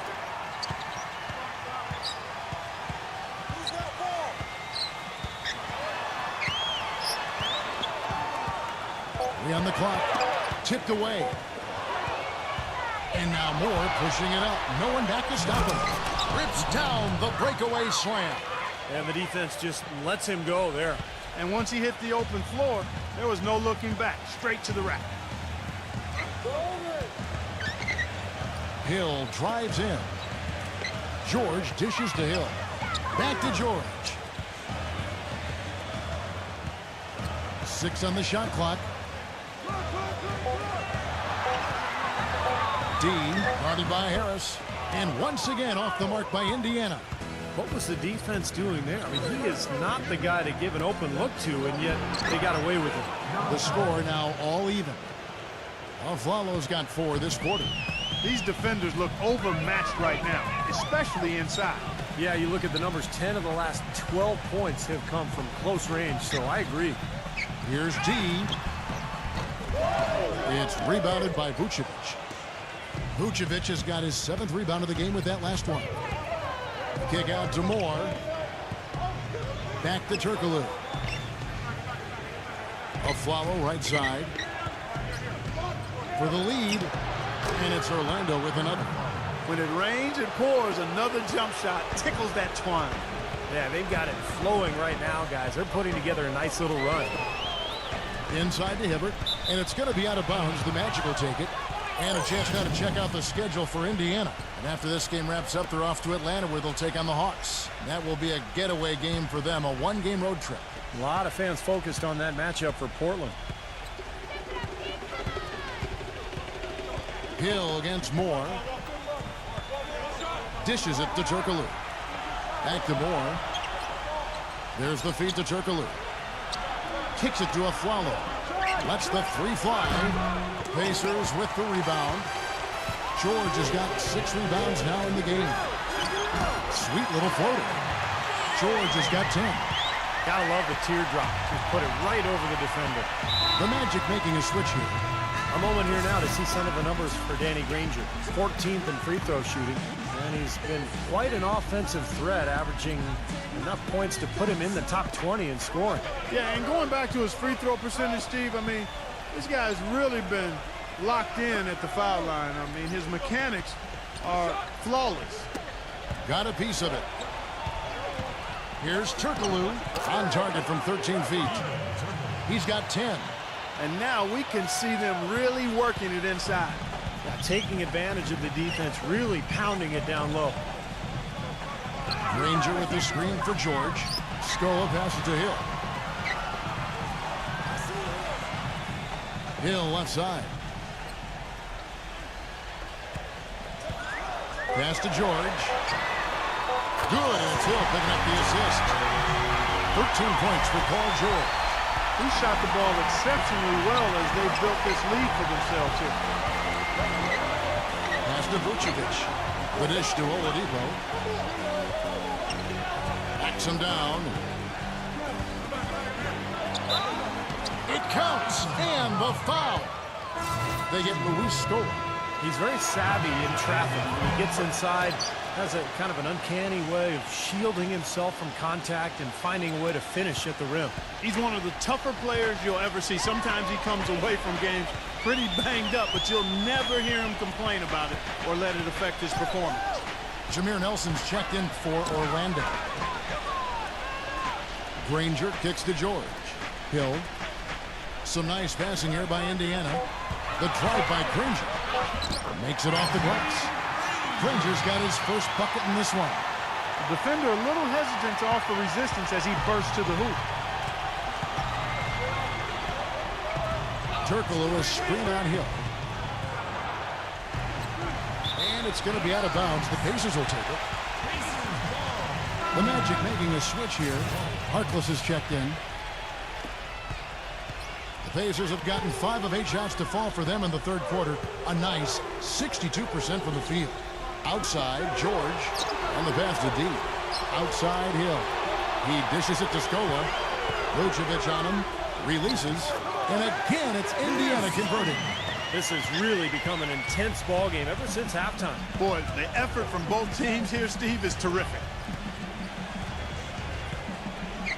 Nelson dishes to Oladipo. He passes to Harkless.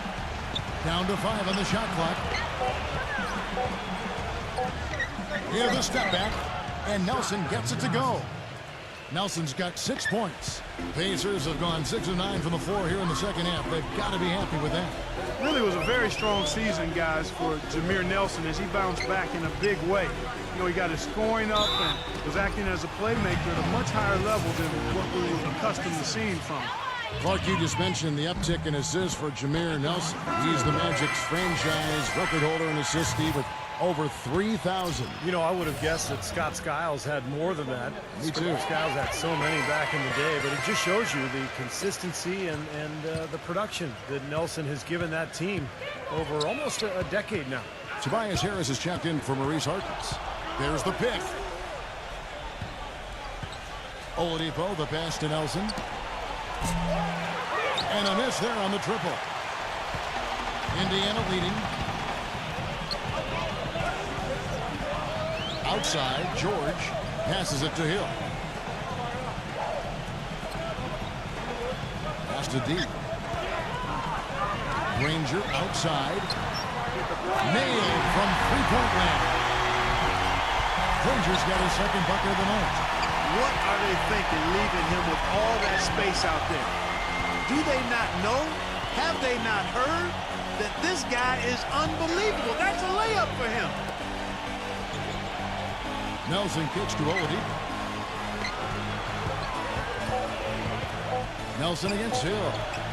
A fader. Nelson with another miss. I'm not sure about that shot, guys. The defense really all over. Shot's good from D. Boy, they are just destroying them in the paint. You could say that again, Steve. The defenders just aren't aggressive enough down low. Here's Nelson, and Hill with the block. You know, he's been off his game this quarter just a bit. Hasn't been able to get a whole lot to go so far. Usually, if he gets to the rim, he's converting it into points. But the defense stood tall there.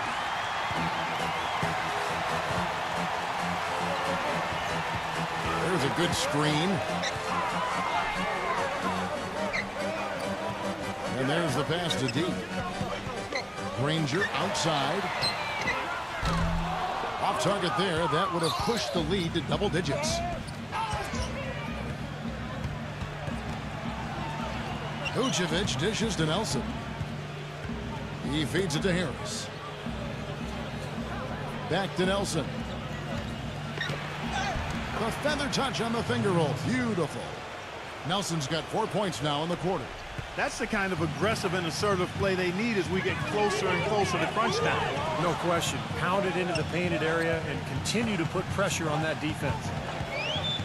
Hill kicks to Mahinmi. It's back to Hill. Passes it to D. And it's going to be out of bounds. The Magic will take it. A chance to check out the shooting guards across the NBA that have averaged the highest number of assists over the last month. Fifth best, Paul George. That list of players just goes to show that great passing doesn't just come from the point. And the way these guys distribute the ball from the 2 spot is really a thing of beauty. And Steve, if you want to take your place among the great shooting guards in the NBA, you have to be able to do more than score. You got to pass it as well. And a lot of these guys can.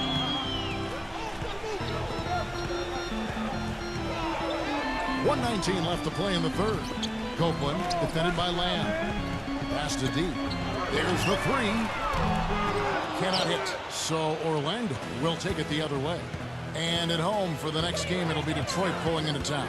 That'll be the first of 4 played at home for him. I'll be looking forward to seeing how that Detroit game plays out for sure. Pacers leading by 3. Copeland the pass to Watson. D.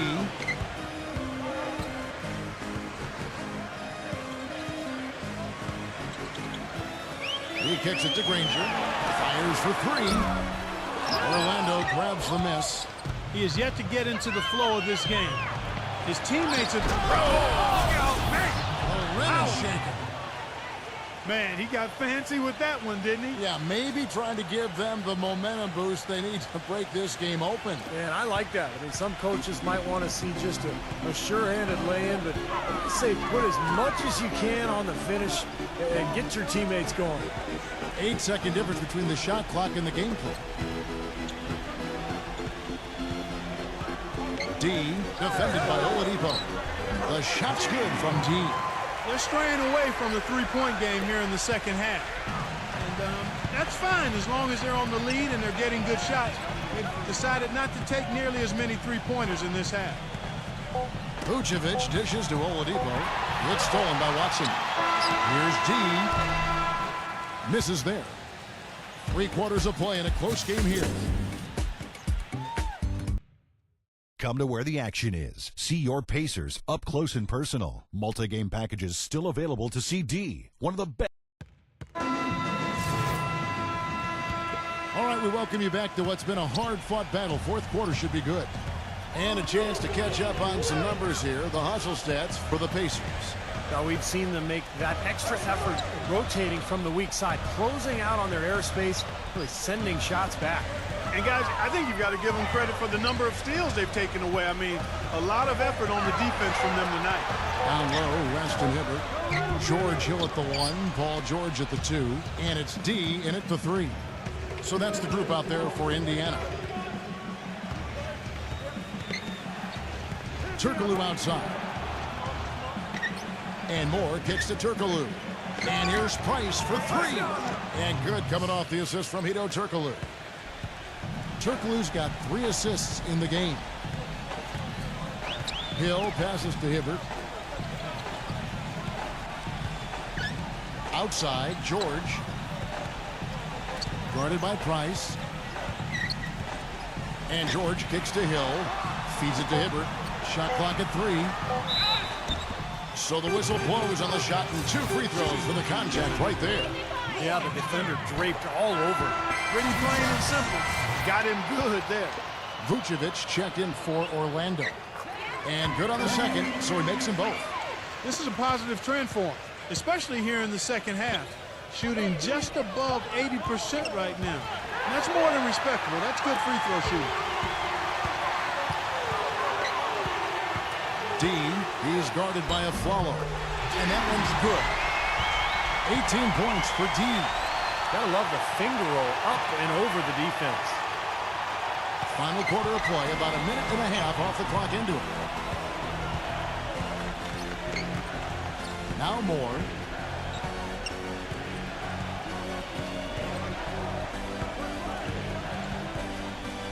Back to Turkoglu. Shot clock at 6. It's off his foot, and the ref's whistling a kick ball.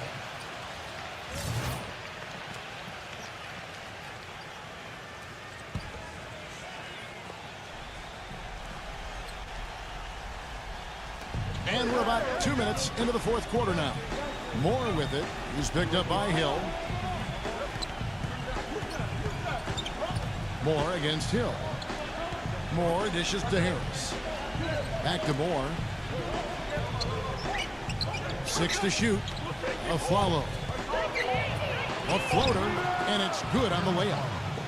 You know, he didn't need to make the layup complicated. I mean, it's not a trick shot contest, but he decided to go for a little extra flavor on that one. Just a little under 2.5 minutes at pass now here in the fourth. D, guarded by Harris. Hill passes to George. Fires it up. Tries again. And Hibbert with the nice inside bucket. Hibbert's got 4 this quarter. Well, most of all, I just love the work he puts in on the offensive glass. So many of his points come on putbacks just because of sheer hustle. And something else he does that might not wind up in the stat sheet, but is still a big part of his game, his leadership defensively. Collectively, they're a much better team when he's on the floor. Pacers leading by 4. George gets a screen from Hibbert. And George kicks to Hill. This is to West. Here's Hibbert. Some solid D here from Vucevic. The Magic have gone 2 of 4 from the field since we started the final quarter of play. A follow goes in, and it's good. I give him credit. He didn't have much confidence going in the first half, but he's picking up the pace here. Let's find out what Doris Burke has for us. Kevin, I was able to hear the advice Frank Vogel gave to his team during that last break. He tried to really fire them up to bring it home, saying, all night, you have all night to rest after the final buzzer. For now, we have to lay it on the line and try to bring it home.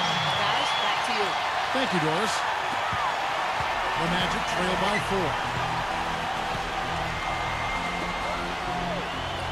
Back to Turkoglu. Moore outside. Offline with his 3. The Pacers have gone 3 of 7 from the floor in the fourth. That's a 42% mark in the quarter. The pass to D. It's back to Hill. Clock at 6. D fires the three. Good. The assist goes to Hill. And that's 21 points for D. You know, even though he doesn't really have the long-range ability on a consistent level, he can knock down some open ones. The feed to Vucevic. Harris outside. Harris gets the screen from Vucevic. Harris dishes to Turkoglu. Kicks it to Moore. A 15-footer. No good. Excellent D there from Hill. Pacers leading by 7. Pass to Hibbert. Outside. George. D. Defended by Turkoglu. D. Smooth as silk on the finger roll. D's got 7 now in this quarter. Took advantage of some shoddy defense there. They've got to at least get a finger on it. And it's Harris off the drive. Afflalo with a screen on West.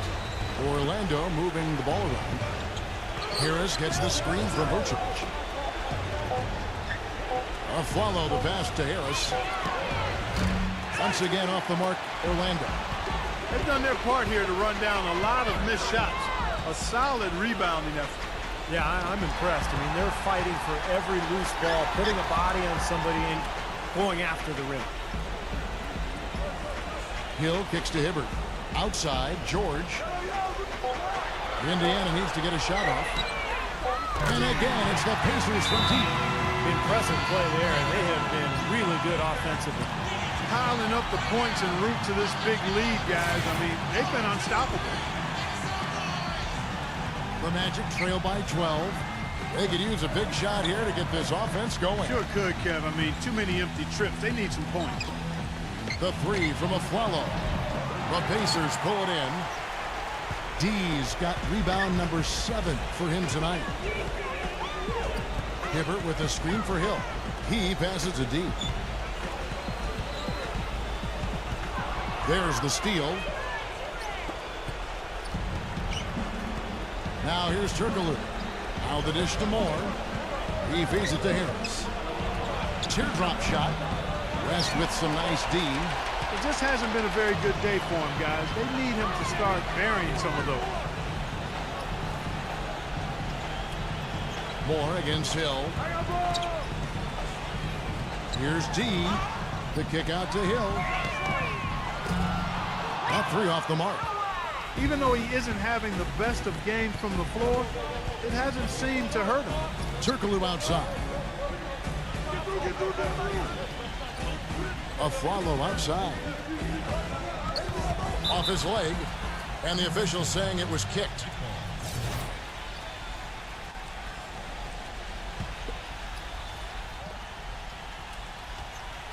And it's going to be out of bounds. The Pacers will take it. Tough break. They've got to take care of the ball if they're going to make a comeback.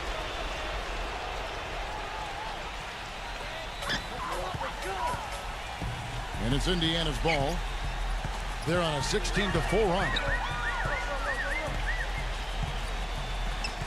Hill with it. Passes to D.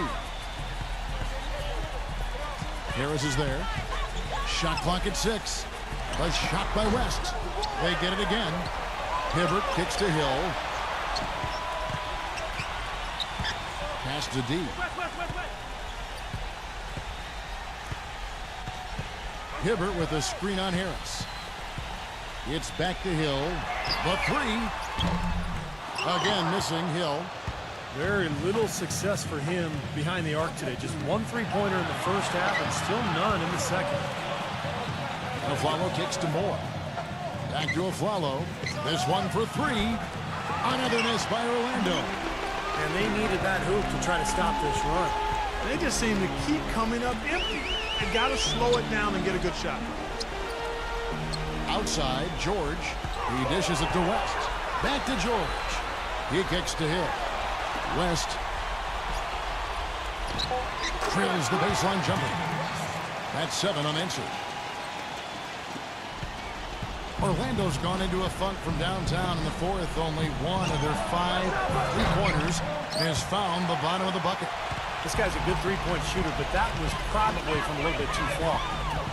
Yeah, not what I would call working to get the best shot either. George dishes to West. The turnaround, and it's Orlando with the rebound. And here's Turkoglu. Here's Moore. And good coming off the assist from Hedo Turkoglu. Turkoglu's got his 4th assist in this one. And that kind of defense is just not going to cut it, guys. They have to get a hand in his face. D passes to Hill. And that's out of bounds. Indiana will retain possession.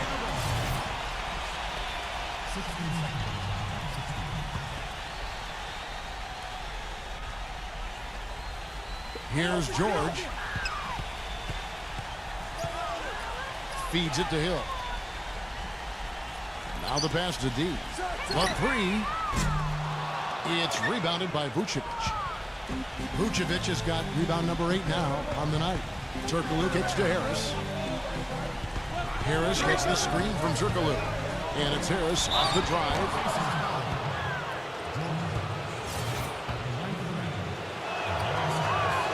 First free throw is good. And Harris drops them both.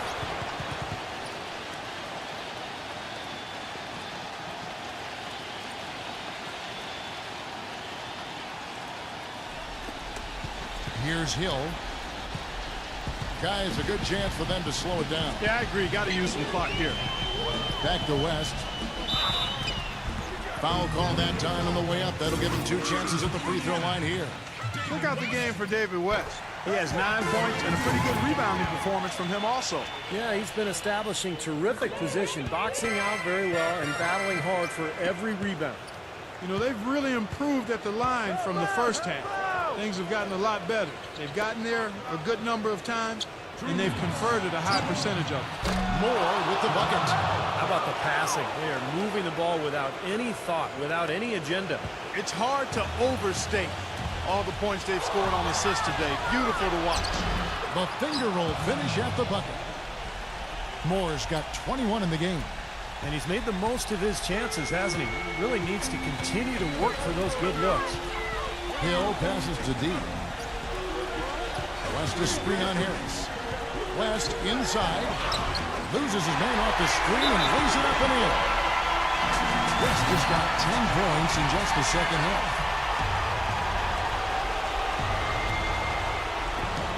There's 1:38 left in the fourth quarter. And Moore kicks to Turkoglu.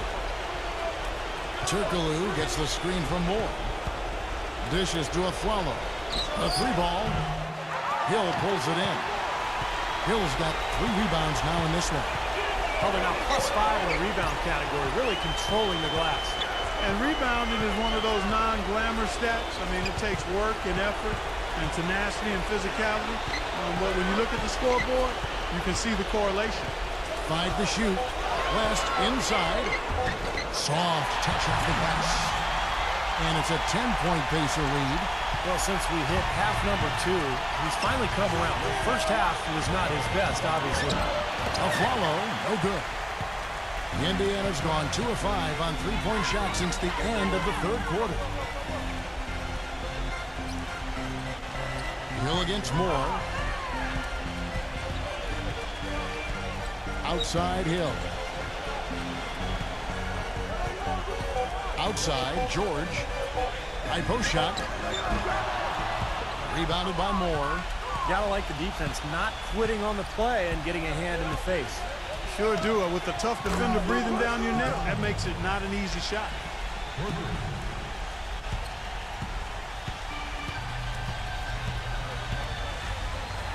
And fouled hard that time. He'll get to the line and shoot 2. He drops the first one, and that stretches their lead to 8. So Orlando going with an almost entirely new group here. And so he drops them both. It's a 9-point ball game. No mistakes there. I think you can close the book on this one, guys. It's done.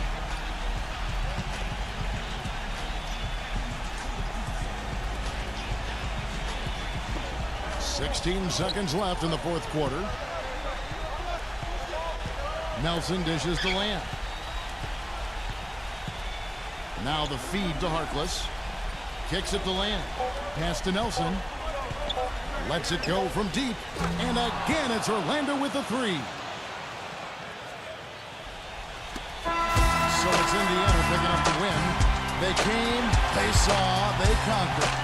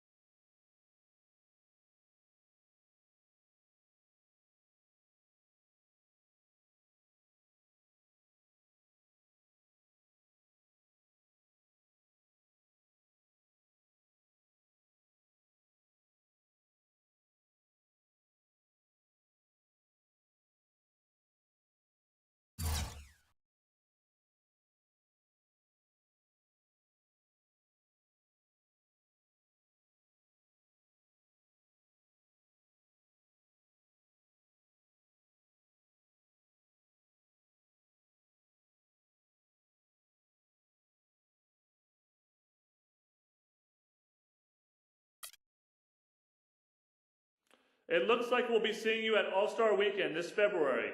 Do you have any plans to participate in any of the events?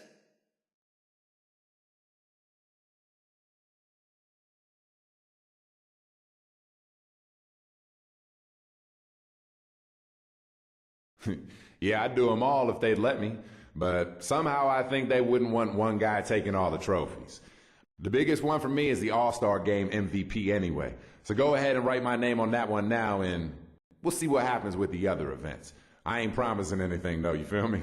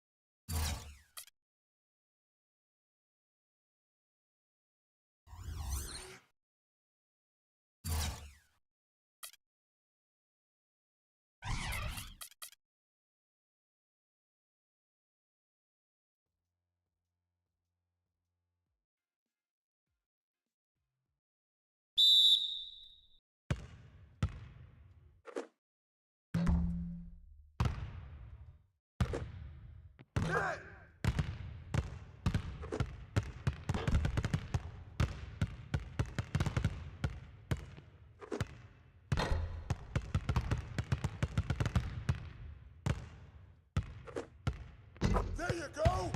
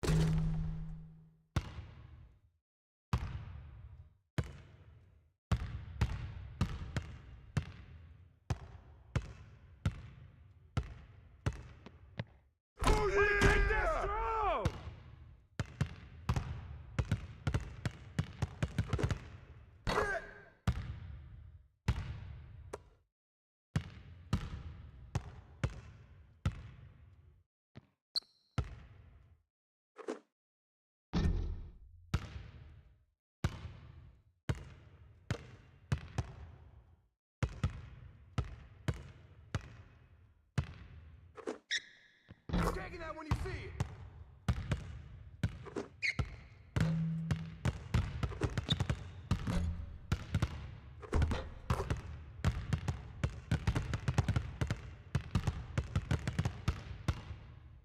Yeah, baby! Throw!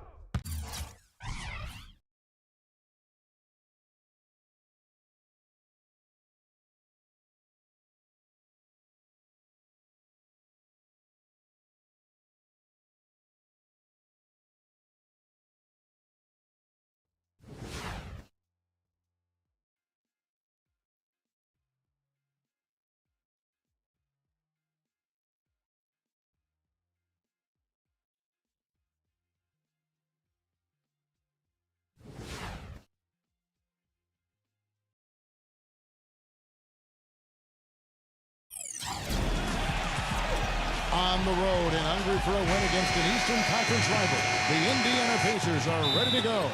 Thanks for joining us on this Tuesday night edition of the NBA and all its great action on 2K Sports. This is Kevin Harlan alongside Steve Kerr and Clark Kellogg. We've got a chance now for our starting lineups from point guard to center. This game should be a good one. And guys, taking a look at Paul George, what will we see from him? Well, he's an exciting young player. Almost 6'10", great athleticism, length, dynamic finisher at the rim, and he can guard multiple positions defensively. And you know what, Steve? His growth defensively has been just as impressive. He uses that length to great advantage, contesting shots and coming away with deflections and steals. The Hawks with their last game here in Atlanta before heading out on the road. They've been playing very well lately. It's been 4 wins for them in their last 5 games. And they can get themselves into a great position in the season series by winning this game. They already won the first one. 2 more to go after this one. So they'd be assured of a split at the very least if they can get a W here. And Steve, you figure if they win the first 2 games of the series, they're most likely going to do better than a split. I mean, they can take the first step toward that tonight. And that one goes in. 2 from the line that time. You know, Frank Vogel is one of the youngest head coaches in the NBA, and in college at Kentucky, he pestered the coaches relentlessly until they gave him a role as a student manager for the Wildcats, and that determination and resolve has served him well as he's worked himself into an outstanding head coach in the NBA. Now, here is George. He had a 15-point outing in their last game against Orlando. And he did some nice work on the boards, too, Kevin. That was definitely a factor in that game as well. Clock at 6. Feeds it to Hill. Indiana needs to get a shot off from downtown, and that one's good. And for Vogel, an assistant for 10 years in the NBA, and when a coaching turnover moved him into the interim head coaching position in 2011, Steve, he grabbed the reins and didn't look back. No, he didn't. The results speak for themselves. The teams responded to him. The organization has shown its faith in Coach Vogel, giving him an extension, and he led that club to a deep playoff run a year ago, 1 game from the finals. Doris Burke has some information for us. Doris? Mike Budenholzer and I got a chance to talk for a bit. We talked about how they can best press their advantages in this game, and he told me that he expects their shot blocking to play an important role. He said, listen, obviously we want to keep them on the perimeter as much as possible, but with our length and timing, we can also bottle them up inside. And Kevin, he's hoping that'll help them secure their 2nd win in this season series. Okay, thank you, Doris. And the defensive approach, guys, how do you think that'll play out here? I don't know, Kevin. I'm not sure they should be more focused on their opponent than they are on themselves. That is sort of the way it sounds, Steve, but still, I don't think a defense-first mindset is ever a bad thing. You know, I don't get caught up in whether Horford is a power forward or center. All I know is he can ball, and his skill set allows him to be productive and consistent. Now here's Williams. After the miss from D. Williams attacking. This is his first chance at the line tonight. You know, Kevin, he's coming off a game last time out where he really had problems at the free throw line. Yeah, he got into a bad rut, Clark. The numbers were not good for him. He's got to find that stroke here tonight. You know, guys, that's not quite the same success rate he had at the line last year, although it is somewhat in the neighborhood of last year's numbers. T2 from Hill. Nails the wide-open jump shot. Hill's got 5 points so far. And Horford, a great combination of skill, speed, and toughness. Yeah, but he's one of my favorite players in the league. Just such a high skill level, but tough. He rebounds, he defends well. He can guard either the power forward or center position. And a winner. Remember, he won 2 NCAA championships at Florida. And it's the Pacers with the ball. Following the three-point attempt by Lou Williams. And George kicks to Hill. Back to George. Indiana moving the ball over.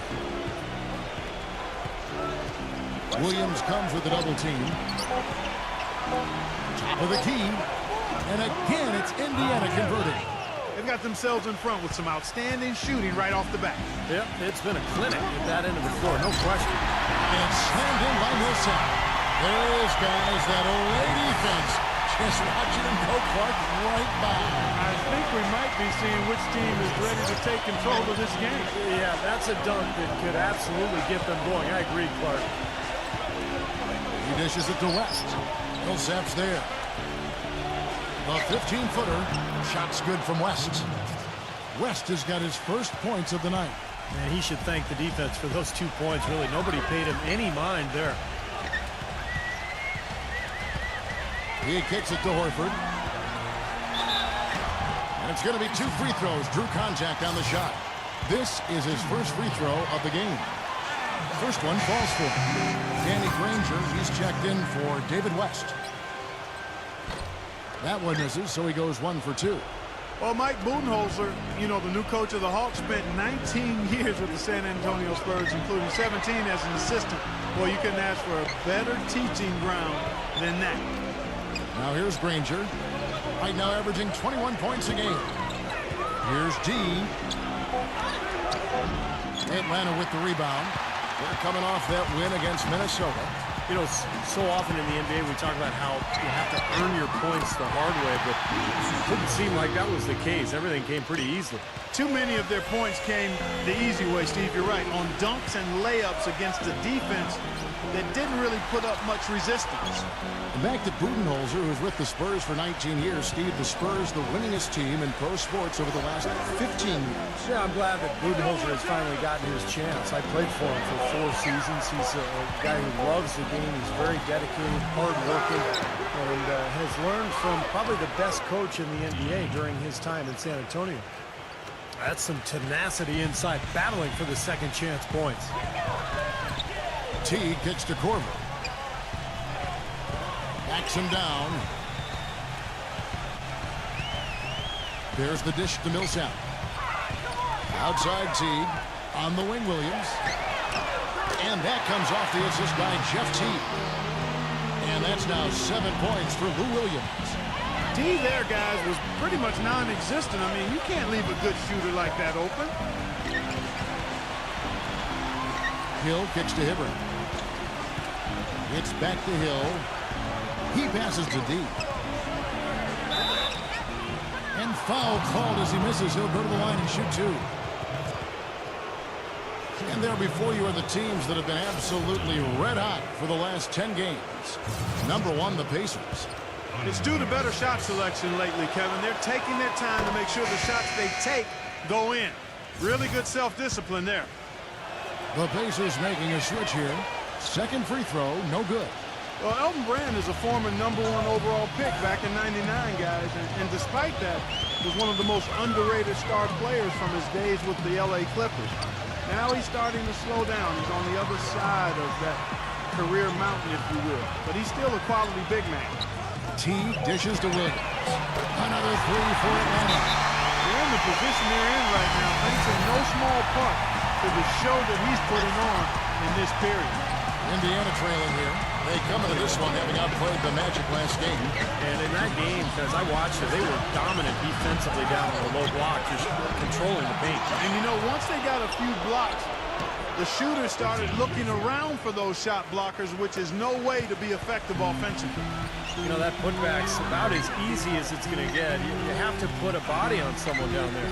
Well, no box out, that's the result you get right there. Now here's Williams. Turns in an outstanding game against Minnesota. There's the 3, and that comes off the assist by Jeff Teague. Teague's got his 4th assist with that last one here tonight. And Brand always has played bigger than his 6'8" height with those long arms of his. Yeah, and an underrated defender, Kevin. Offensively, he's always been a very consistent mid-range jump shooter and can score around the basket. But he guards the post pretty well. Granger up top. Millsap covering. The shot's good from Granger. And you can feel the pattern of this game, guys. They're working it inside, dominating in the paint, getting good shots at will. Well, 4 of their last 5 baskets, guys, have been of exactly that variety. Williams fires. And out of bounds as the Pacers gain possession. Taking a look back over the last month, Kevin, let's see how Indiana stacked up. First in blocks, first in shooting percentage, and they also show up in the top 5 in free throw shooting. That's elite level marksmanship at the stripe. And to me, what jumps out is the blocks, because they're an intimidating team. They really control the paint. They like to physically dominate their opponent. And when they do that and they get a lot of block shots, obviously it gives their defense a ton of confidence. Taken away by Williams. And the call will be against D.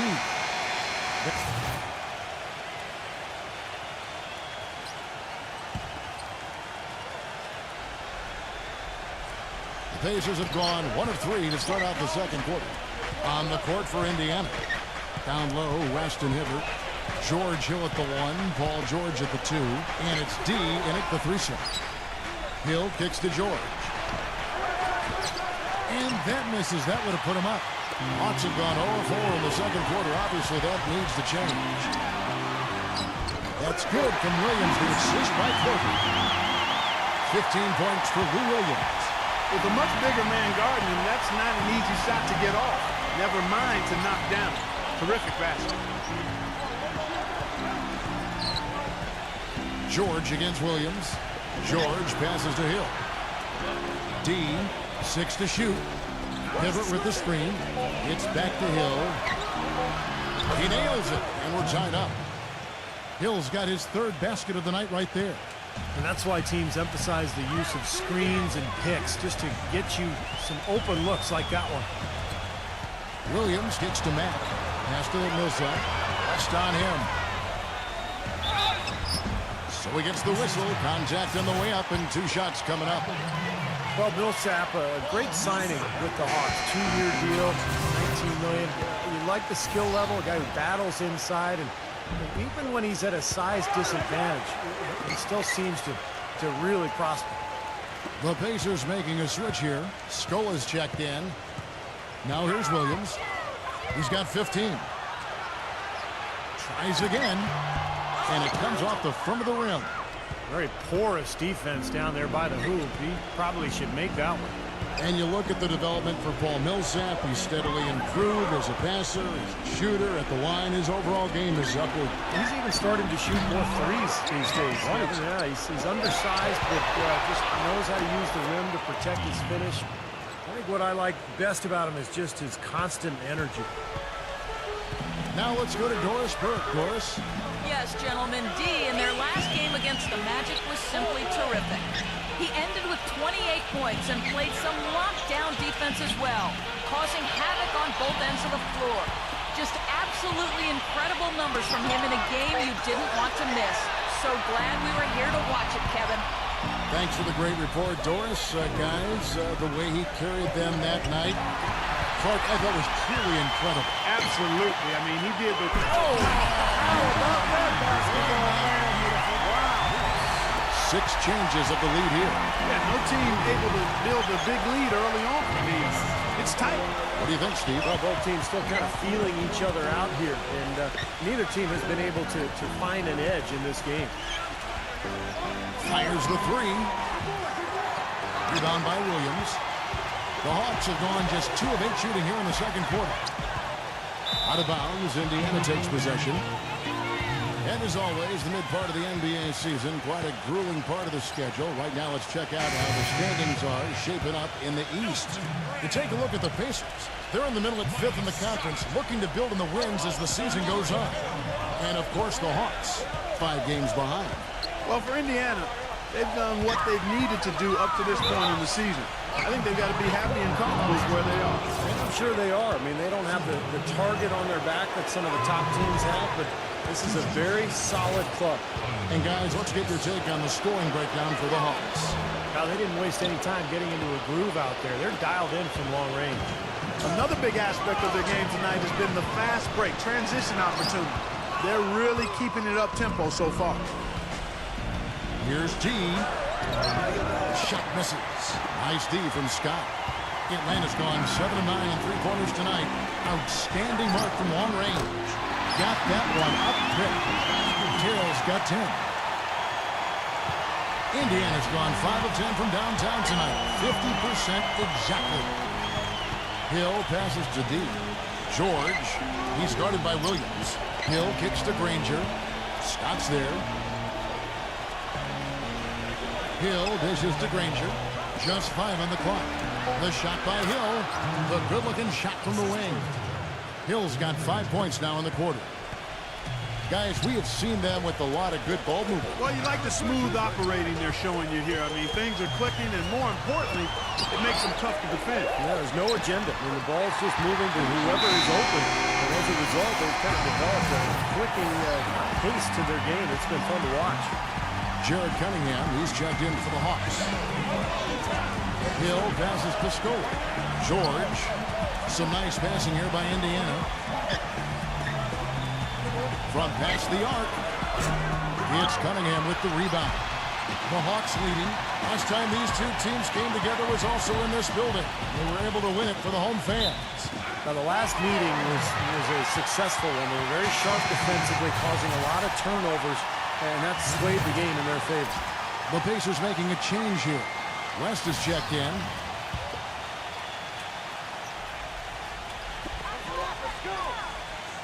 Scott kicks to Williams. Back to Scott. Now the pass to Williams. Clock at 4. And boy, that looked like goaltending. Yes, it is. And so they will award the basket there.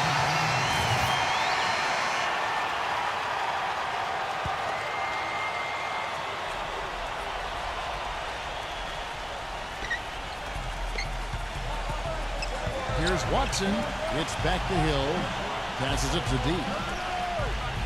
Picked by West. It's back to Hill. Pass to Hibbert.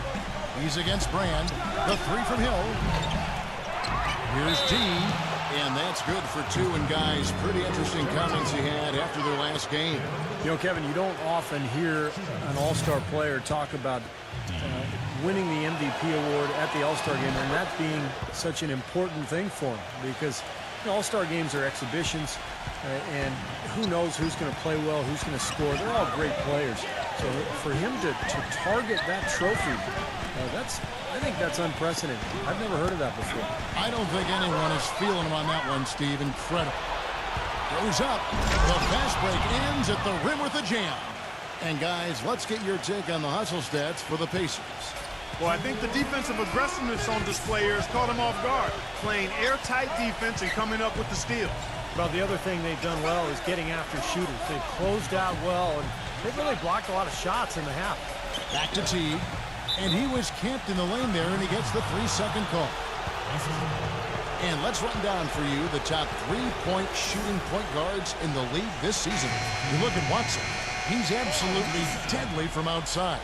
His first job is to orchestrate for his teammates, but being as fantastic as he is at shooting the 3, he's never reluctant to take that shot if it's available to him. Nor should he be. I mean, I tell you what, I would give him the green light every time down, although he probably already has it. Here's what Atlanta's going with right now. Millsap comes in for Elton Brand. And it's Schroeder in for Jeff T. Hibbert the pass to D. 6 on the shot clock. From the arc. Al Horford with the rebound. The Hawks trail by 3. Schroeder gets to Corbin. Buries the 7-footer. I like the way they're working the ball inside, because when you do that, you get higher percentage shots, and typically good things happen. Outside Hill. He feeds it to Watson. Pass to D. defended by Corbin. Doubled by Corbin. D passes to Watson. No good on the triple. Atlanta's gone 0-2 from deep here in the second. There's the pass to Schroeder. 40 seconds left in the second quarter. Cunningham kicks to Millsap. Ripped away. And a 2-for-1 opportunity. Yeah, they've got to hurry. Step on the gas here.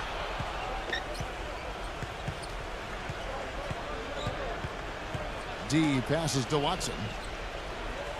D. And he drops in the layup off the glass. D's got 9 points now in the quarter. And fellas, in this quarter, he's improved on what was already a very good performance in period number 1. Cunningham kicks to Schroeder. There's the feed to Cunningham. And they will call over the back on the play. Well, I love the fact that he's fighting hard on the boards, but, you know, you got to be smart, too. Over the back, that's an easy call there. Well, that's simply the result of poor position under the glass. But at least you can't fault him for being passive. He was trying to be aggressive there. That free throw good from West. The Pacers making a switch here. And so he's able to get 1 of 2. Even though he couldn't get them all to fall, he did at least make it a 2-possession game. And Now, presented by Sprint.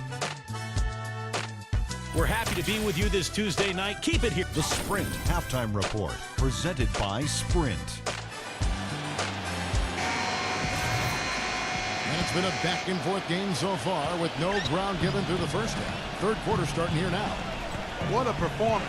Just look at the game for D. He has 18 points, and he's done his job at the charity stripe. He's gotten 4 of his points from there. And that's a good place to get them. You know, they don't come easier than that, but you've got to get yourself there first. Korver at the 3 with Paul Millsap at the 4. Jeff Teague and Lou Williams, the backcourt. And it's Horford in at the 5, down low. They're the group for Mike Budenholzer starting the second half. Now, that was an incredible reverse throwdown right there. Tremendous body control. I'd even go as far to say, Clark, that was a punctuation dunk. Huh? I can feel that. Send a message. Yes, sir. A message and put it on the highlight reel for later. Well, it's not often you find a player like Paul George who, as tall as he is, can play 2 guard. But when you do, you're going to see some really big numbers in rebounding from him. And that's what George does. He wants to average double-digit rebounds. Williams for 3. It's rebounded by Indiana. D's got 9 rebounds in the game. Getting it done. They'll be playing host to Portland for their next game. That game is the first and last of their homestand. Hibbert hits the bucket. And Clark, you mentioned the height of Paul George. 6'8" when he was drafted. He actually grew to 6'10" in his rookie season, Steve. So he's a young guy that's continuing to grow both on the floor and physically. Yeah, he may be 7'2" by his 4th year.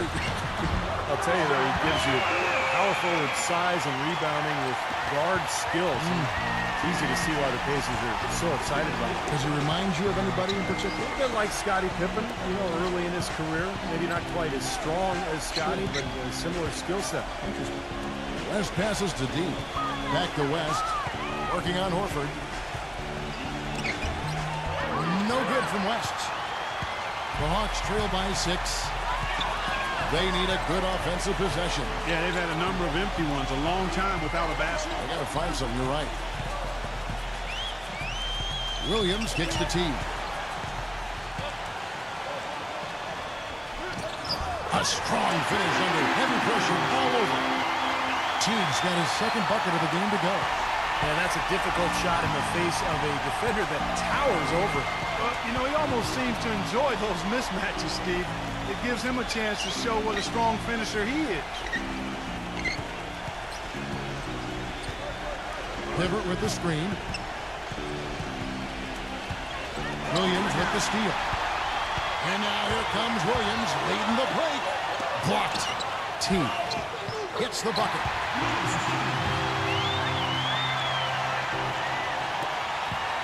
The Pacers have gone 2 of 3 from the field to start the second half.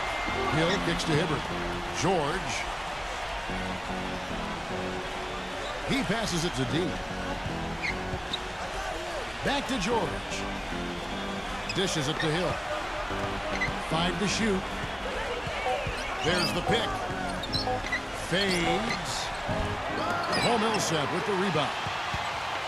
Millsap's got his 7th rebound of the game with that last one. The kick out to Williams. Again, the miss by Williams. Boy, that's a surprising miss right there. He usually feasts on those wide open opportunities. Here's D. Smooth as silk on the finger roll. D's got 20. Oh, man, he goes old school on us with the finger roll. And now the first timeout call here for the Hawks. You have to like what you're seeing so far from D. He's in one heck of a groove with the scoring. They're going to talk it over and try to figure out how to slow him down. Danny Granger, he's checked in for the Pacers. You know, there's no fear out of him, guys. I mean, going straight to the hoop against a much bigger defender, he's got a lot of heart. Hill gets a screen from Hibbert. Kicks it to Granger. Feeds it to George. Back to Granger. Indiana moving the ball over. Dean defended by Corbin. Three-pointer. Out of bounds. Atlanta takes possession. See the shooter, Kyle Korver. Let's take a look at some of his numbers.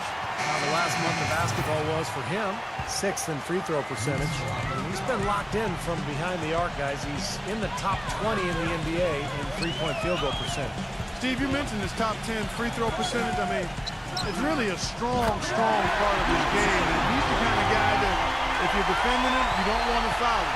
Make him earn him from the field. Don't send him to the line. Outside, George.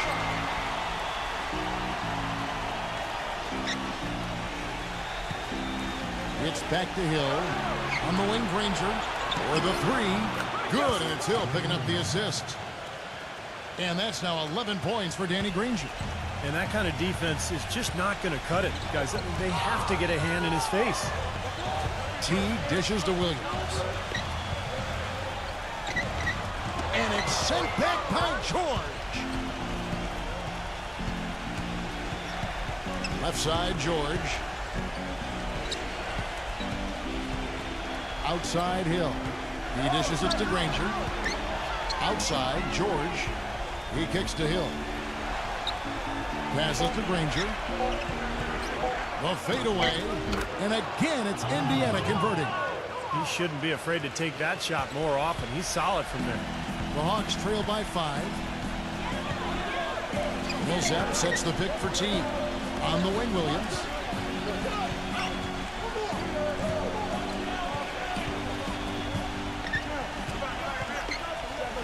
Now the dish to Millsap. Granger with the defensive effort. Pacers leading by 5. Pass to D. A 3-ball. Rebound by Williams. Williams has got 5 rebounds tonight. And the call will be against George Hill. That's foul number 2 for him. I like the call. I thought the defense was moving there. Yeah, I think he slid underneath. Good blocking call that trip. Al Horford is checked in for Atlanta. John Jenkins comes in for Kyle Korver. And the Hawks with possession here. Pass to Williams. Floats one up.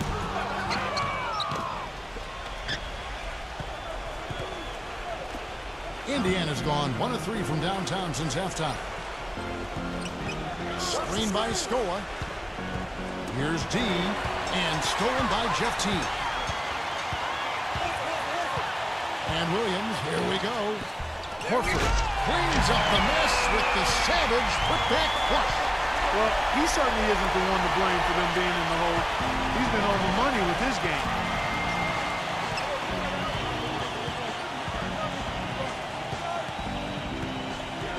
Hill up top. T covering.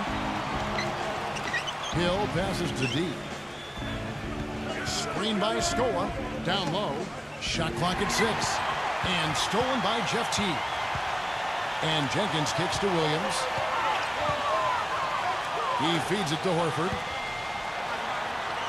And he uses the glass on the way. And it's now only a 1-point Pacer lead. That's what they're hanging their hat on today, fellas. hard-nosed, smash-mouth play down on the low block. To me, that's the key to any game. Who can win the battle in the paint? And right now, they've got it going. Hill passes to D. Tipped away. And the call will be against D. A moment to check in with Doris Burke. Doris? I was able to listen in on what Frank Vogel had to say to his team. Despite the deficit, he told his guys, I've got confidence in you. We've had our backs against the wall before. You know what we need to do. Kevin, can they retake the lead? Thanks a lot, Doris. And so in the game for the Pacers.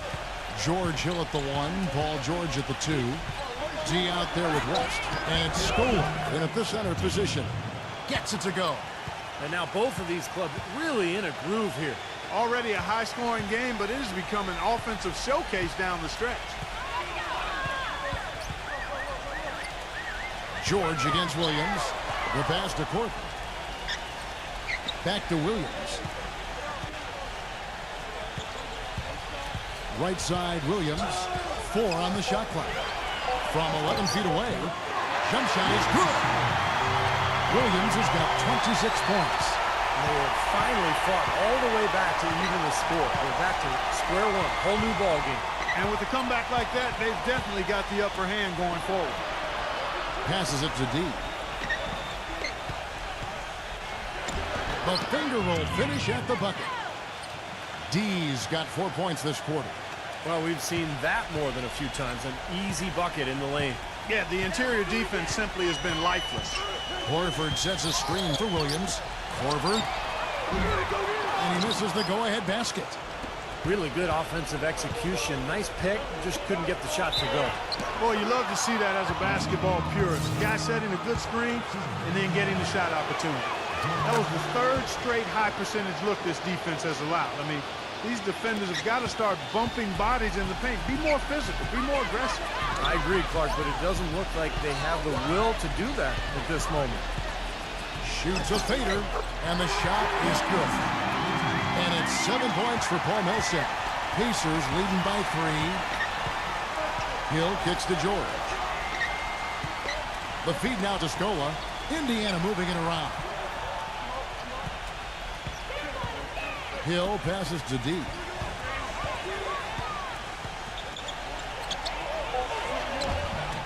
Here's George. Nice work on the boards, paying off with the basket.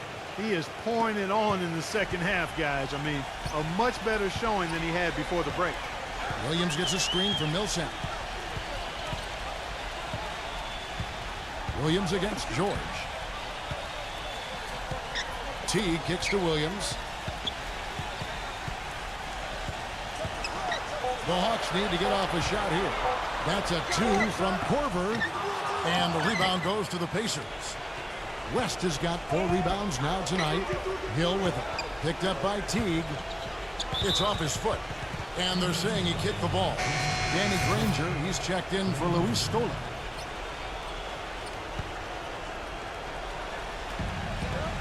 The drive by Granger. This is to West. Out of bounds, Atlanta will take possession.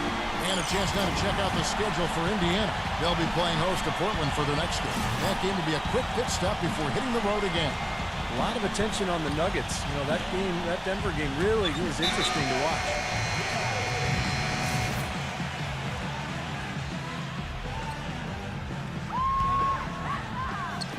Fourth quarter keeps moving right along. 3 minutes gone so far.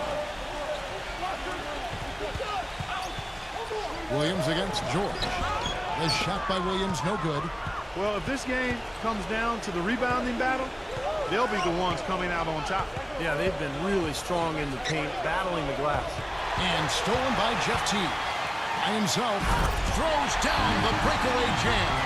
Boy, I love it. Active hands on the steal, active feet on the fast break. And Clark power on the dunk.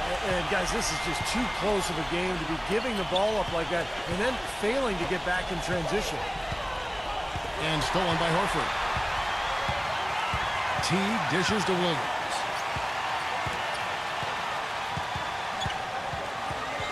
Korver passes to Teague. Kicks it to Korver. Cuts off the pass. Fast break. Here comes Indiana. feeds it to Hill. He dishes it to George. He passes to D. No one near him. And right on target. Good. D's got 26 points.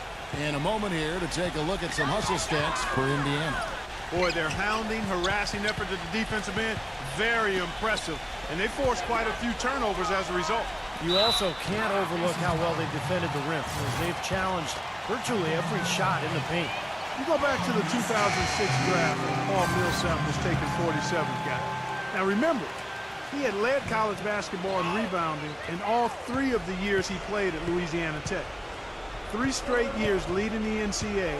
That's something that never had been done, not even by a 4-year player. And he ended up being drafted 47th. Hard to figure how that could happen, but he's made the most of his time in the NBA. George against Williams. He kicks it to Horford. Williams, a screen on Hibbert. Shot clock at 5. Teague against Hill. Hill with some nice D. And Clark, going back to that 2006 draft you were talking about, it wasn't exactly stacked. In fact, Millsap might be the second best player in that draft class, Steve, after LaMarcus Aldridge. Well, it's amazing when you look back. I mean, how did he slip through the cracks all the way to the second round? He might not have had prototype size for the power forward position, but you know, it's all about production, and he was one of the great rebounders the college game had ever seen. Well, I like the defense there. Right up in his grill, didn't give him a chance. The dish to Korver. That's good. Now Hill. Pass to D. Oh, man, that was unreal. Mark it up. Tell you what, he's going to put that one in his scrapbook. Absolutely insane with that dunk. Well, now they're starting to rub it in, aren't they? Have build up a lead, and here we go, folks. It's showtime. And why not? I mean, the more plays they make like that, the more they'll have these guys on the ropes. Elton Brand's checked in for Paul Millsap. Horford sets a screen for Williams. Horford, good, and it's Williams who picks up the assist. Williams has got his 5th assist in this one. Pacers leading by 5. And George kicks to Hill. Hit his foot. And the ref saying he kicked it.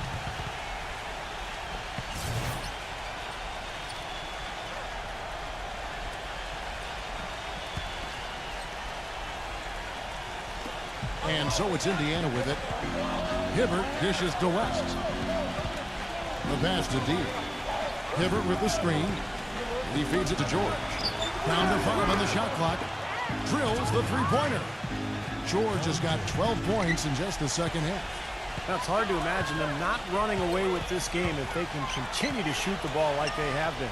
Steve, everything is falling for them this half, and they haven't had any empty possessions, scoring on every trip. Korver. Hill pulls it in.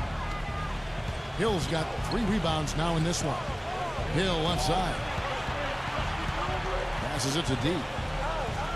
West a screen on Williams. Outside, George. Hibbert. Back to George. Left side, George. Second chance shot. No good from D. The Hawks trail by 8. Here's Williams. And so he earns a trip to the line. Official saw the contact, and he'll shoot 2.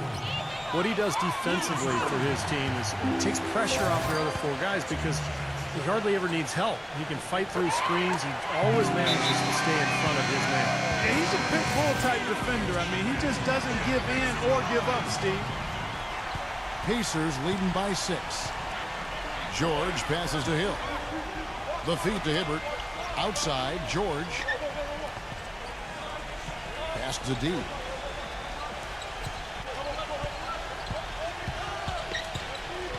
Just 5 to shoot.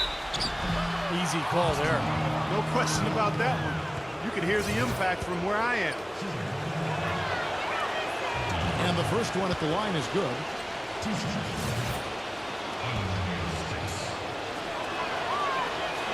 Both free throws good from D.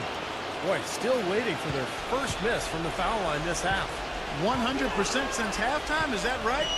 I'm not sure this lead's going away anytime soon if that keeps up. Horford kicks to Teague. Dishes it to Korver. Back to Teague. Here's the three.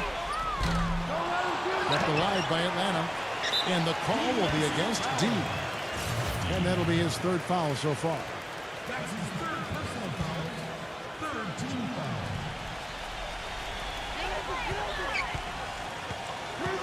Horford kicks to Williams. Back to Horford. Outside Williams. A second chance effort. And a big bounce off the rim, but it sinks right in. Williams has got 13 points in the second half.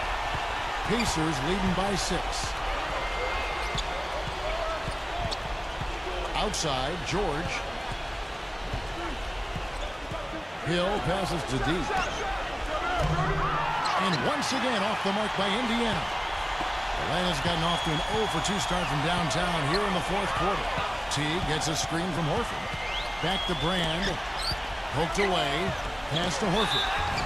Foul call that time on the way up. That'll give him 2 chances at the free throw line here. Looking at the game Horford's been having, he has 11 points and 2 steals as well. You just can't find fault with anything he's done here. The effort, the energy, his production, his defense, it's all there. All hustle, non-stop effort from him all over that 94 by 50-foot box. The Pacers have gone 8 of 13 from the field since the start of the fourth, sinking the majority of their shots. And the call will be against Jeff Teague. That's foul number 2 for him. Hill with it. Indiana moving the ball around. Hibbert with the screen. D passes to Hill. D, pocket 6, defended by Korver. Williams comes with a double team. No good from D. The Hawks trail by 5. Kicks to T. Feeds to Horford. Brand left side. The turnaround jumper. Count that one. Indiana's gone 1 of 2 from three-point range here in the fourth. Hill kicks to Hibbert. Outside, George. He dishes it to West. Back to George. He passes to West. 6 on the shot clock. Outside, Hill.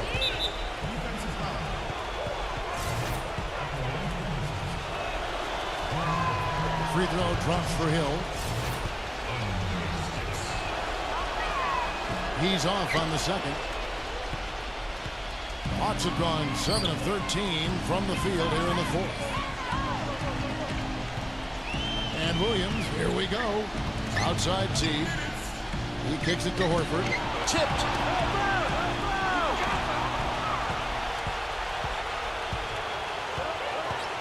Here's Hill.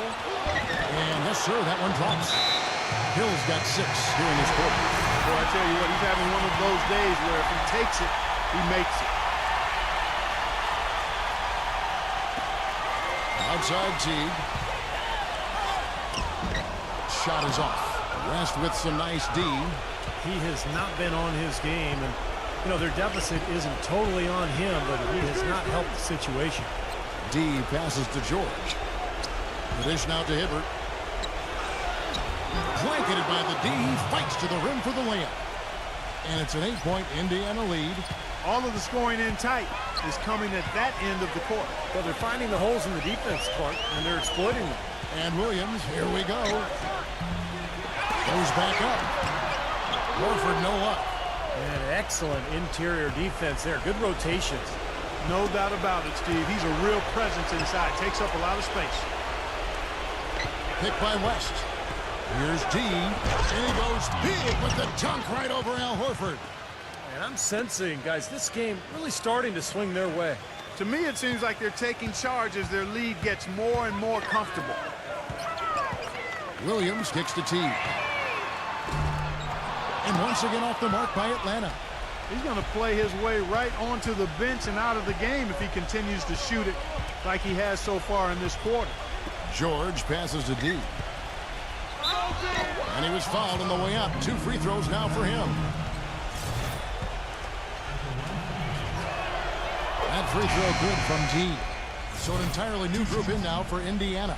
Mahinmi's checked in for Hibbert. Granger comes in for David West. And Stevenson's checked in for George. And it's Watson in for George Hill. And that's exactly how you close a game out. Those free throws will bury them for sure. Brand dishes to Mack to stop the run. And he sinks the layup.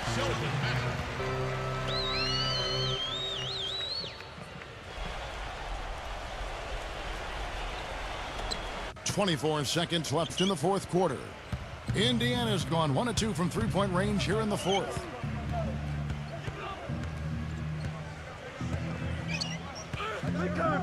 They're coming. 6 to shoot. He feeds it to Watson. From deep. Off on that one. So no problem for Indiana as they get the win. And this one was such a lopsided victory. They never let up. They were full.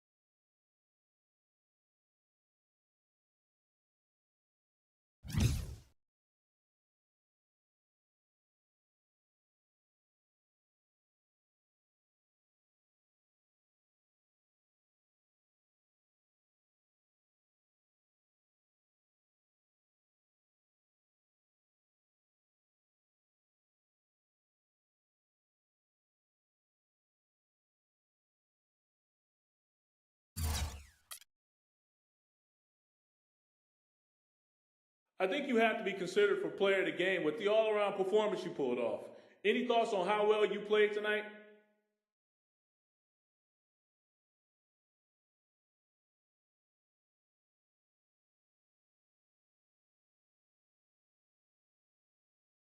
Yeah, it felt good to be able to contribute in so many different ways.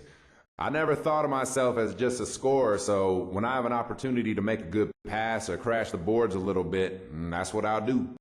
It just seemed natural tonight, you know, which is nice. I was getting in the right spots, making good decisions, and we won, so that's like the cake with the fact that I played a good game being the icing. You feel me?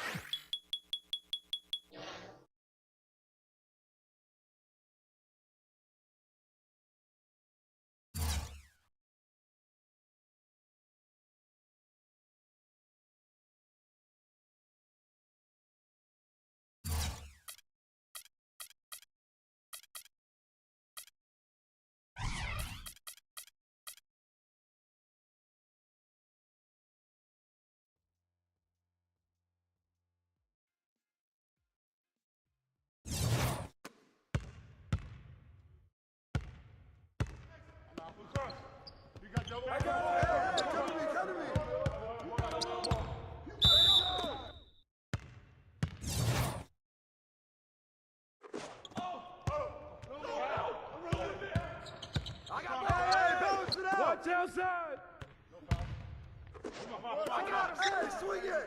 Get that, get it. Good board. Pick up left.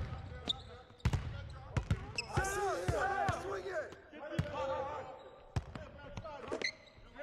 Come on, man.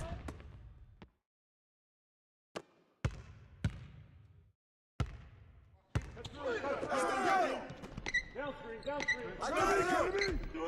Kick it out. Yep. Turn down. Use that. I got it. Come get it. Hey, get on him, yo.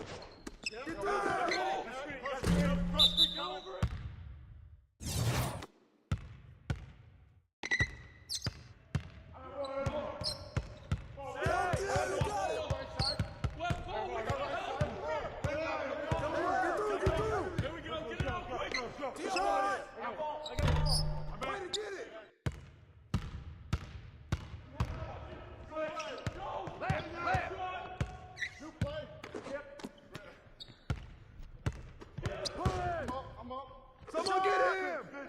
Oh, that's all right, man. Good luck.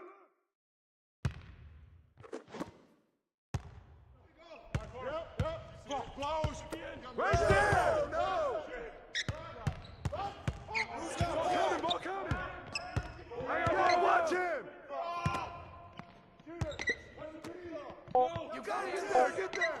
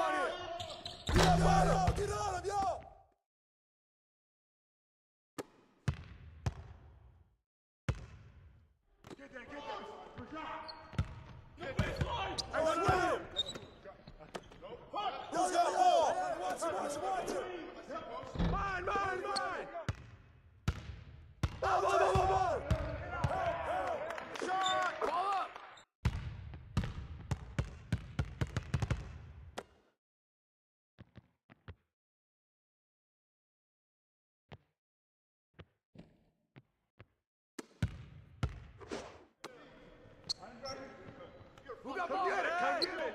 Get a good look. I got it. Who got ball? West. Get a good shot. Come to me. No. Back here. I'm heading left. Come on. No, ball. Oh, get him. Hey, get on him.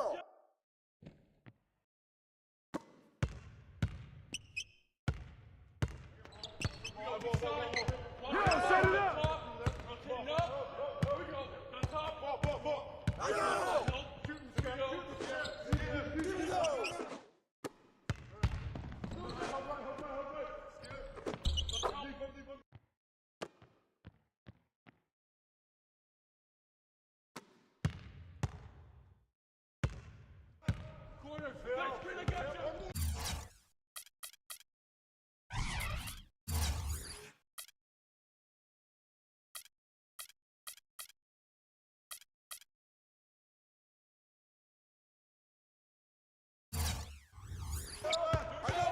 You got him. Ball. Go straight. Got you. I got him. Good look.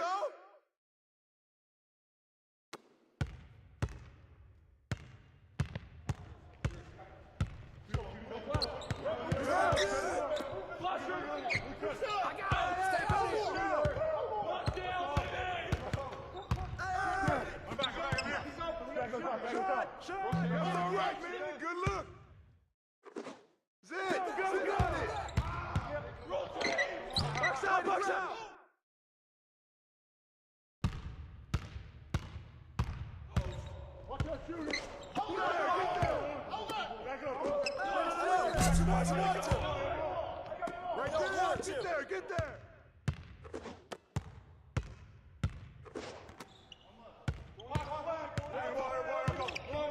Hey, right there! Go left side, left side! Pick up your man! Here. Shoot that!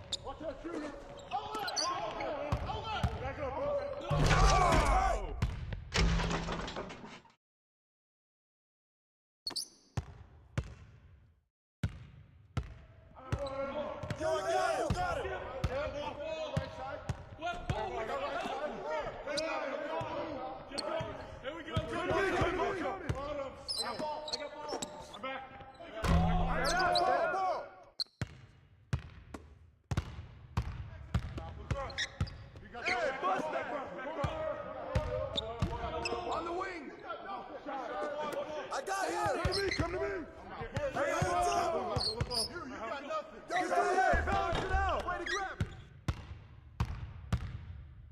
Get that. I see it here. Come to me.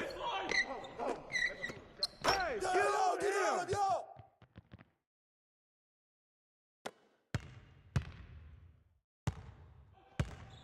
Come to me, come get it. Who's watching him? I'm back. Who's got it? Get here. Don't worry, keep taking that. Get there. Come around. Hey, watch him.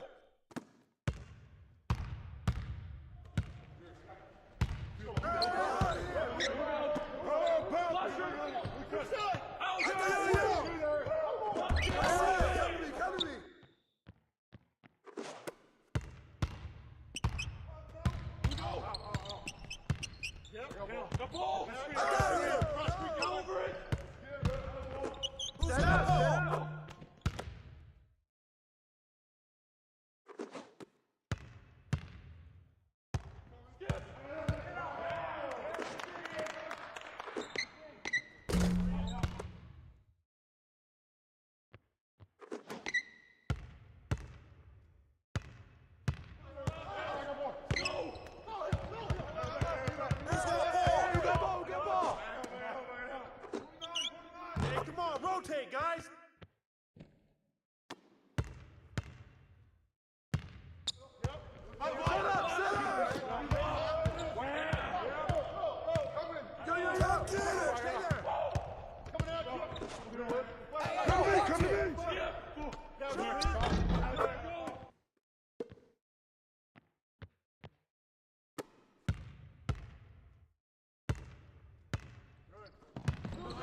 I got ball.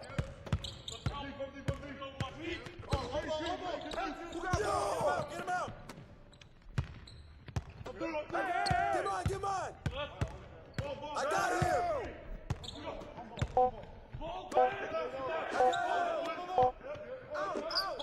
That's all right, man. Get it. Yo, set it up. Rip that. Hey, D up on Granger.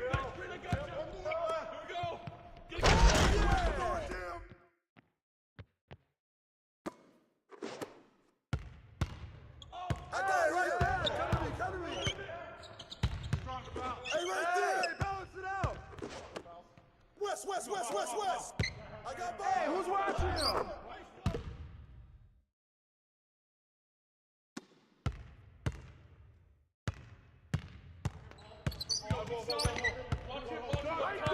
You got him.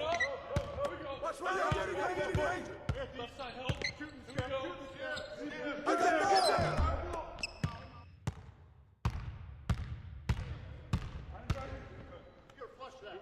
Shot up. Hey, ring good board. That's all you, buddy. New play. Yep. I'm up. Fish. Get Granger. Don't let Granger shoot that. Let's do it.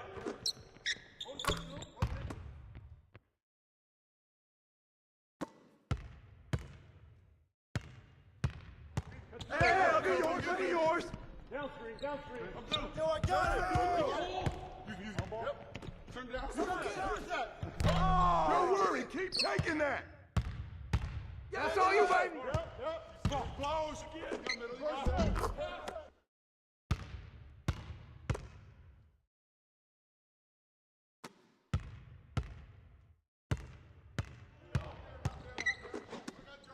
Get there.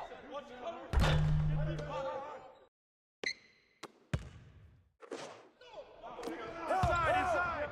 Box out.